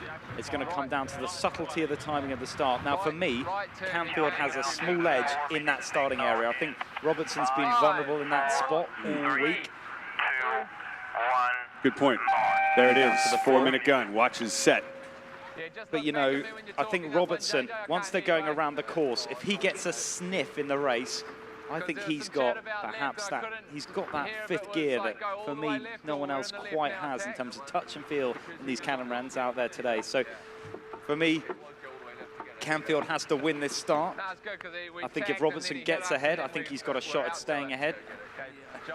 I know Taylor's broken back once, but, you know, these are small differences. We're talking like 51%, 49%. It's small, like, subtleties in these two teams. But, you know, if I had to pick, I think Taylor Canfield's going to take it. All right. Well, I'm a huge fan of Taylor Canfield. Having said that, I like to live dangerously, so I'll take Phil Robertson for a Gosling's Dark and Stormy, just because you left me that opening there. And I don't see anyone else sailing Taylor Canfield right now. So here we go. Will it be Phil Robertson, the world champion, or Taylor Canfield, the local star from Chicago? Action heats up in the Windy City as this regatta winds down. One of these two teams will go on into the finals against Ian Williams this afternoon, live off of Navy Pier. 45 seconds to the 2-minute entry. Again, you're looking at Phil Robertson on board. His boat is blue, Canfield's is gray. Canfield will be entering above the committee boat in 35 seconds, and that leaves Robertson entering the pre-start box from the leeward side below. There's the boat. There's Robertson in the background. Soon you'll see Canfield in the foreground. Off to the right there. 22 seconds, the clock ticking down, the tension building up. It's quiet, you could hear a pin drop. I mean, in 15 minutes, we're going to have ourselves our finalists here in Chicago. Big time. Count. Here we go. And match point for both of these teams. First to win 3, best of 5. Into the pre-start, 2-minute warning is off. Well, there we go, in and around and over the top. Robertson entering in the leeward position, Canfield entering above. Sailing across underneath our drone here, underneath Navy Pier on Lake Michigan. Both boats passing above the VIP spectator boat. Robertson in the dark blue, Canfield in the gray. On board with Phil Robertson, listening in. Minute and 30 seconds to go into the jibe. Both teams have jibed on to start. Go boys, can hear Robertson trying to raise the tempo of his team as Canfield goes for the turn up. Robertson looking to respond, turning his bow up on board China 1 Ningbo. But Canfield going for the roll, and he's got it. Turning right down, and now all the way back up. Now will Robertson just re-oblige him and take the roll right back? I think he will. Robertson No, turning back up, looking to try and actually slow as Canfield brings his bow up, and we saw Canfield nearly shut out Phil Robertson in the last start. Will he be able to do it again? He's in a good position to do so. Final few seconds. Canfield going for the juggler again, bringing his bow up underneath the line of Robertson. Tacking in 2. And Robertson's going to go for 2 tacks. Look at this. Well, he wants to get away from Canfield, increase the gauge, and not let Canfield play the game that he likes, to keep it close, aggressive. Here we go, coming up on 30 seconds to the start. And Robertson's going for a jibe. Very unconventional pre-start from Robertson. Going for a full circle, final 25 seconds. And Robertson is going to be late, in my view. Here he comes, turning around, but Canfield slow as well, and Robertson coming in underneath. He's managed to keep his speed through a massive turn. And now it is, if you like, the hunted that has become the hunter. Robertson underneath the line of Canfield, bringing his bow up. And the world champion has the American on home soil on the ropes, turning his bow up.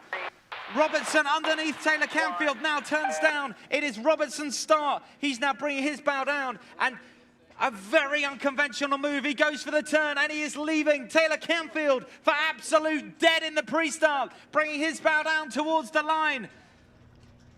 And Robertson lit up in flames, just sailing away in a must-win match for Taylor Canfield. Whoever wins this will be in the final. And at the moment, Phil Robertson is just sailing away. If ever there was a question of who is the star in this match, Phil Robertson just answered it with a world championship title around his neck. He's looking for another one. If he sails like that, he just could earn it. Now, Canfield, 8 boat lengths back after getting shut out. Demoralizing to watch, but the game is not over. As we head downwind, can Canfield reel him in? Wow, I mean, that was the start. I mean, so unconventional from Robertson. A circle at 25 seconds to go in an M32. That is just not what you do, but I think he sensed that Canfield just over-completed in his tack, and you saw Robertson there, real urgency. We've got to complete this turn, and he saw that opportunity. He grabbed it. He executed perfectly, and he's been rewarded with what is a sort of 10 or 15 length pier, and he has silenced the home crowd here on Navy Pier. I mean, you can hear a pin drop out here with all of this crowd.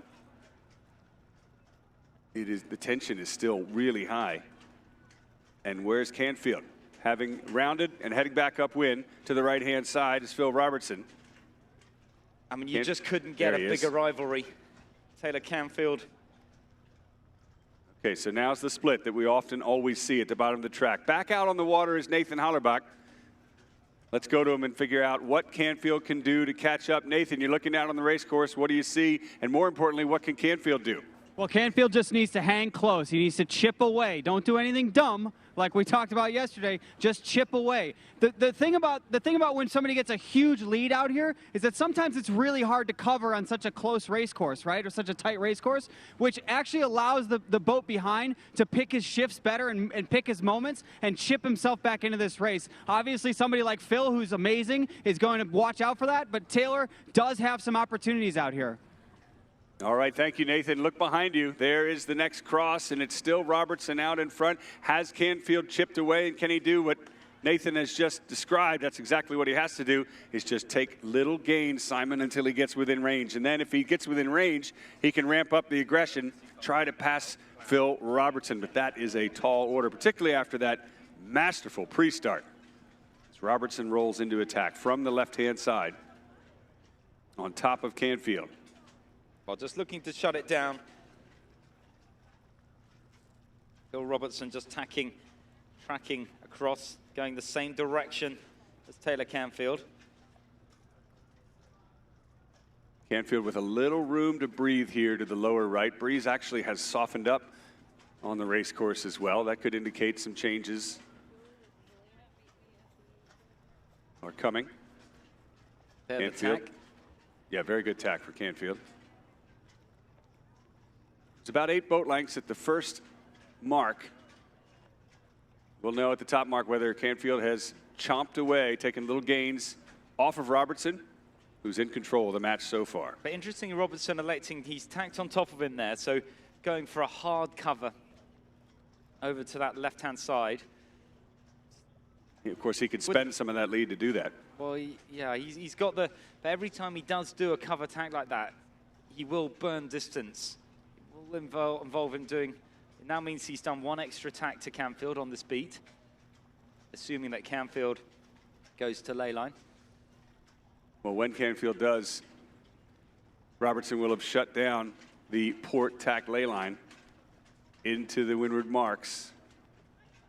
Just inside the breakwater here, Lake Michigan off of Chicago.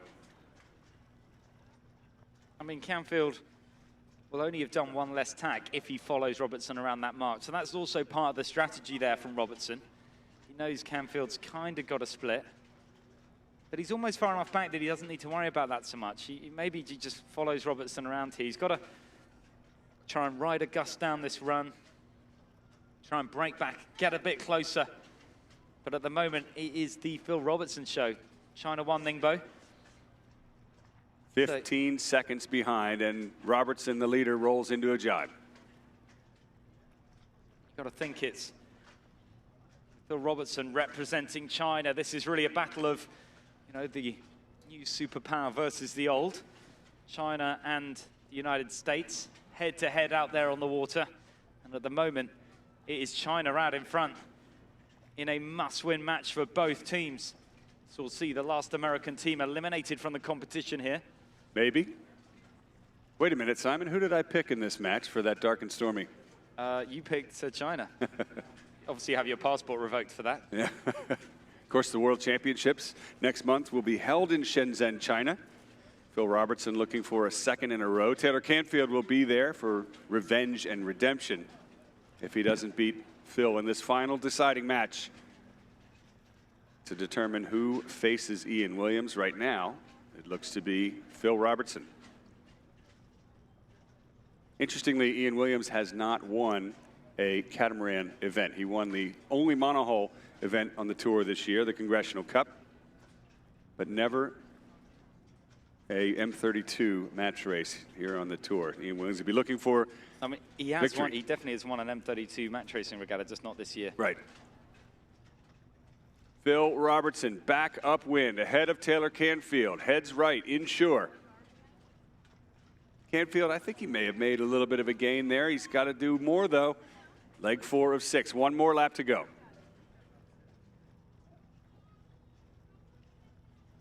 Up to the top, and then just the dash to the finish. Robertson can taste victory here.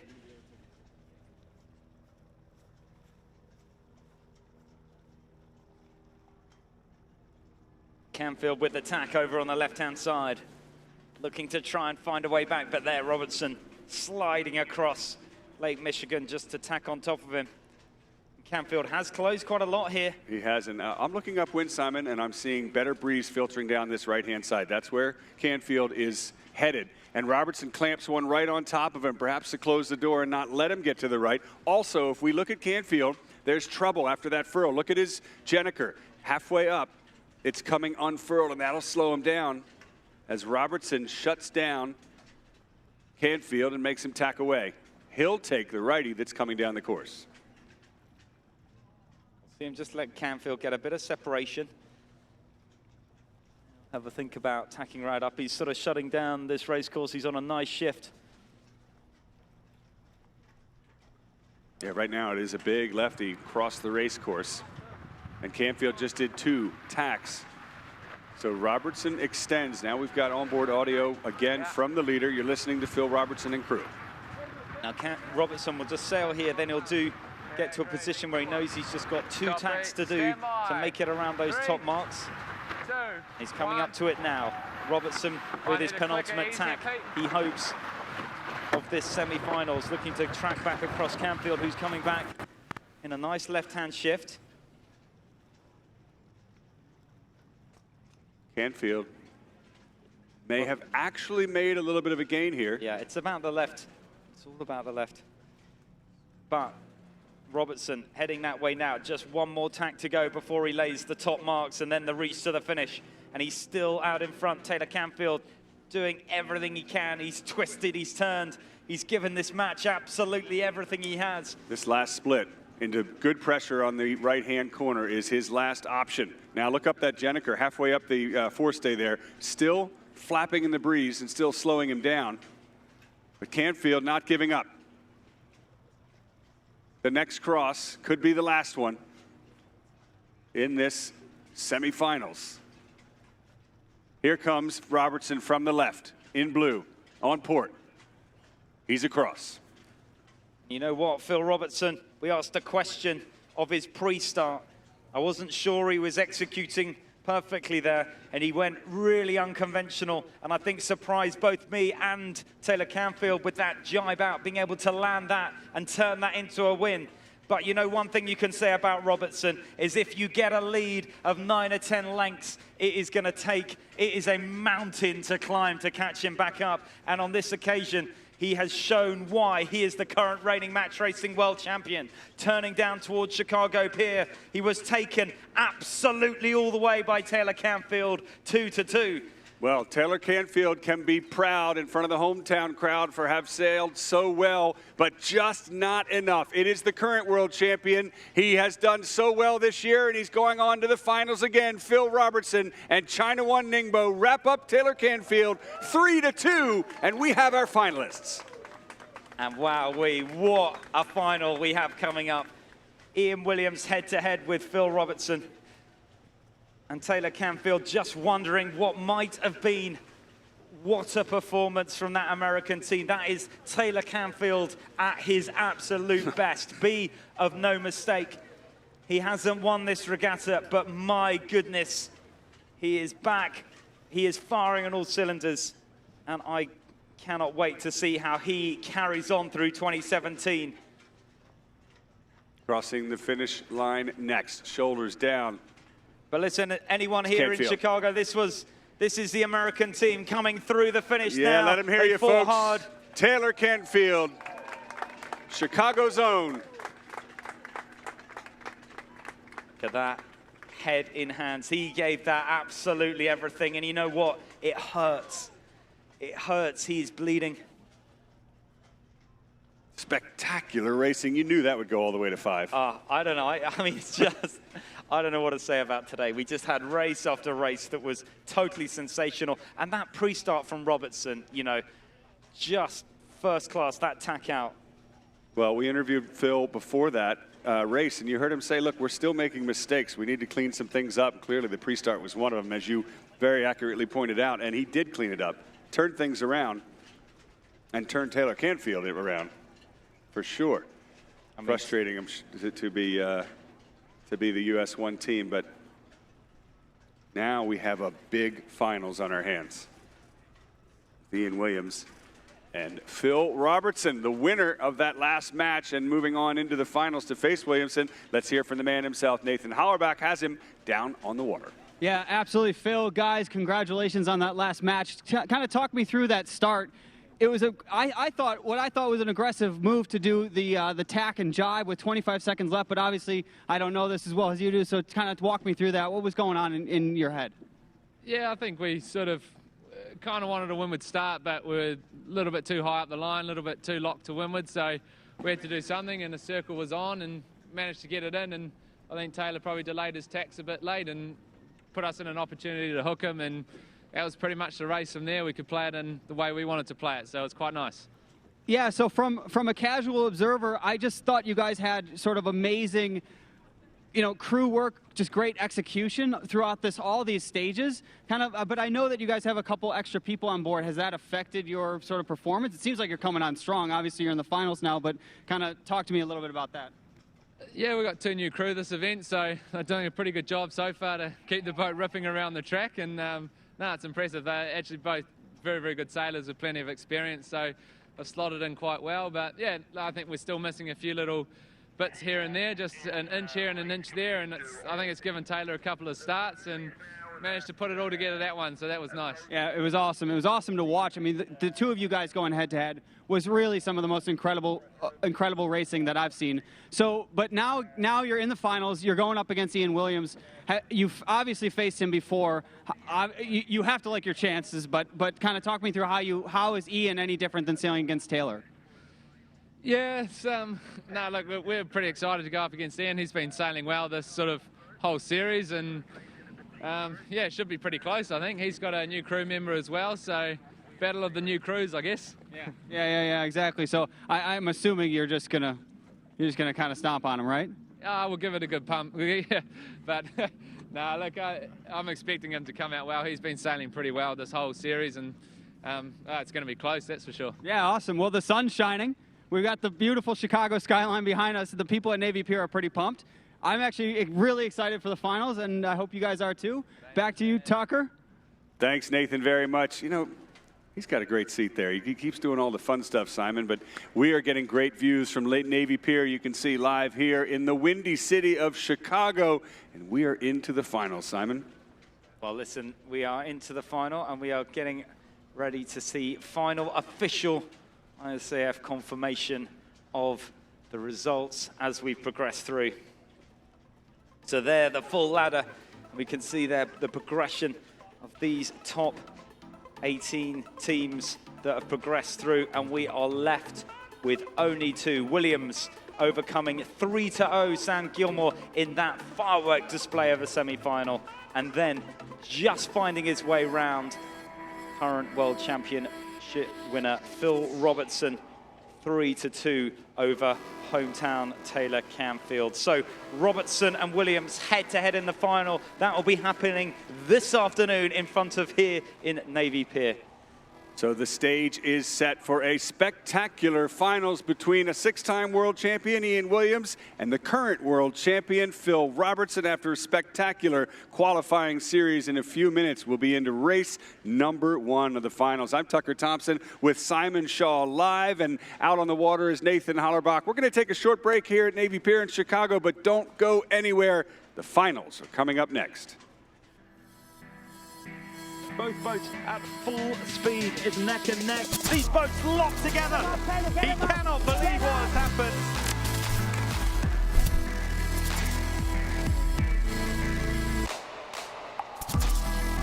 No room! Balls of spray barreling down the line. As they're coming on the inside, Barkow burying the bow. I think there's contact between the rack and the pole.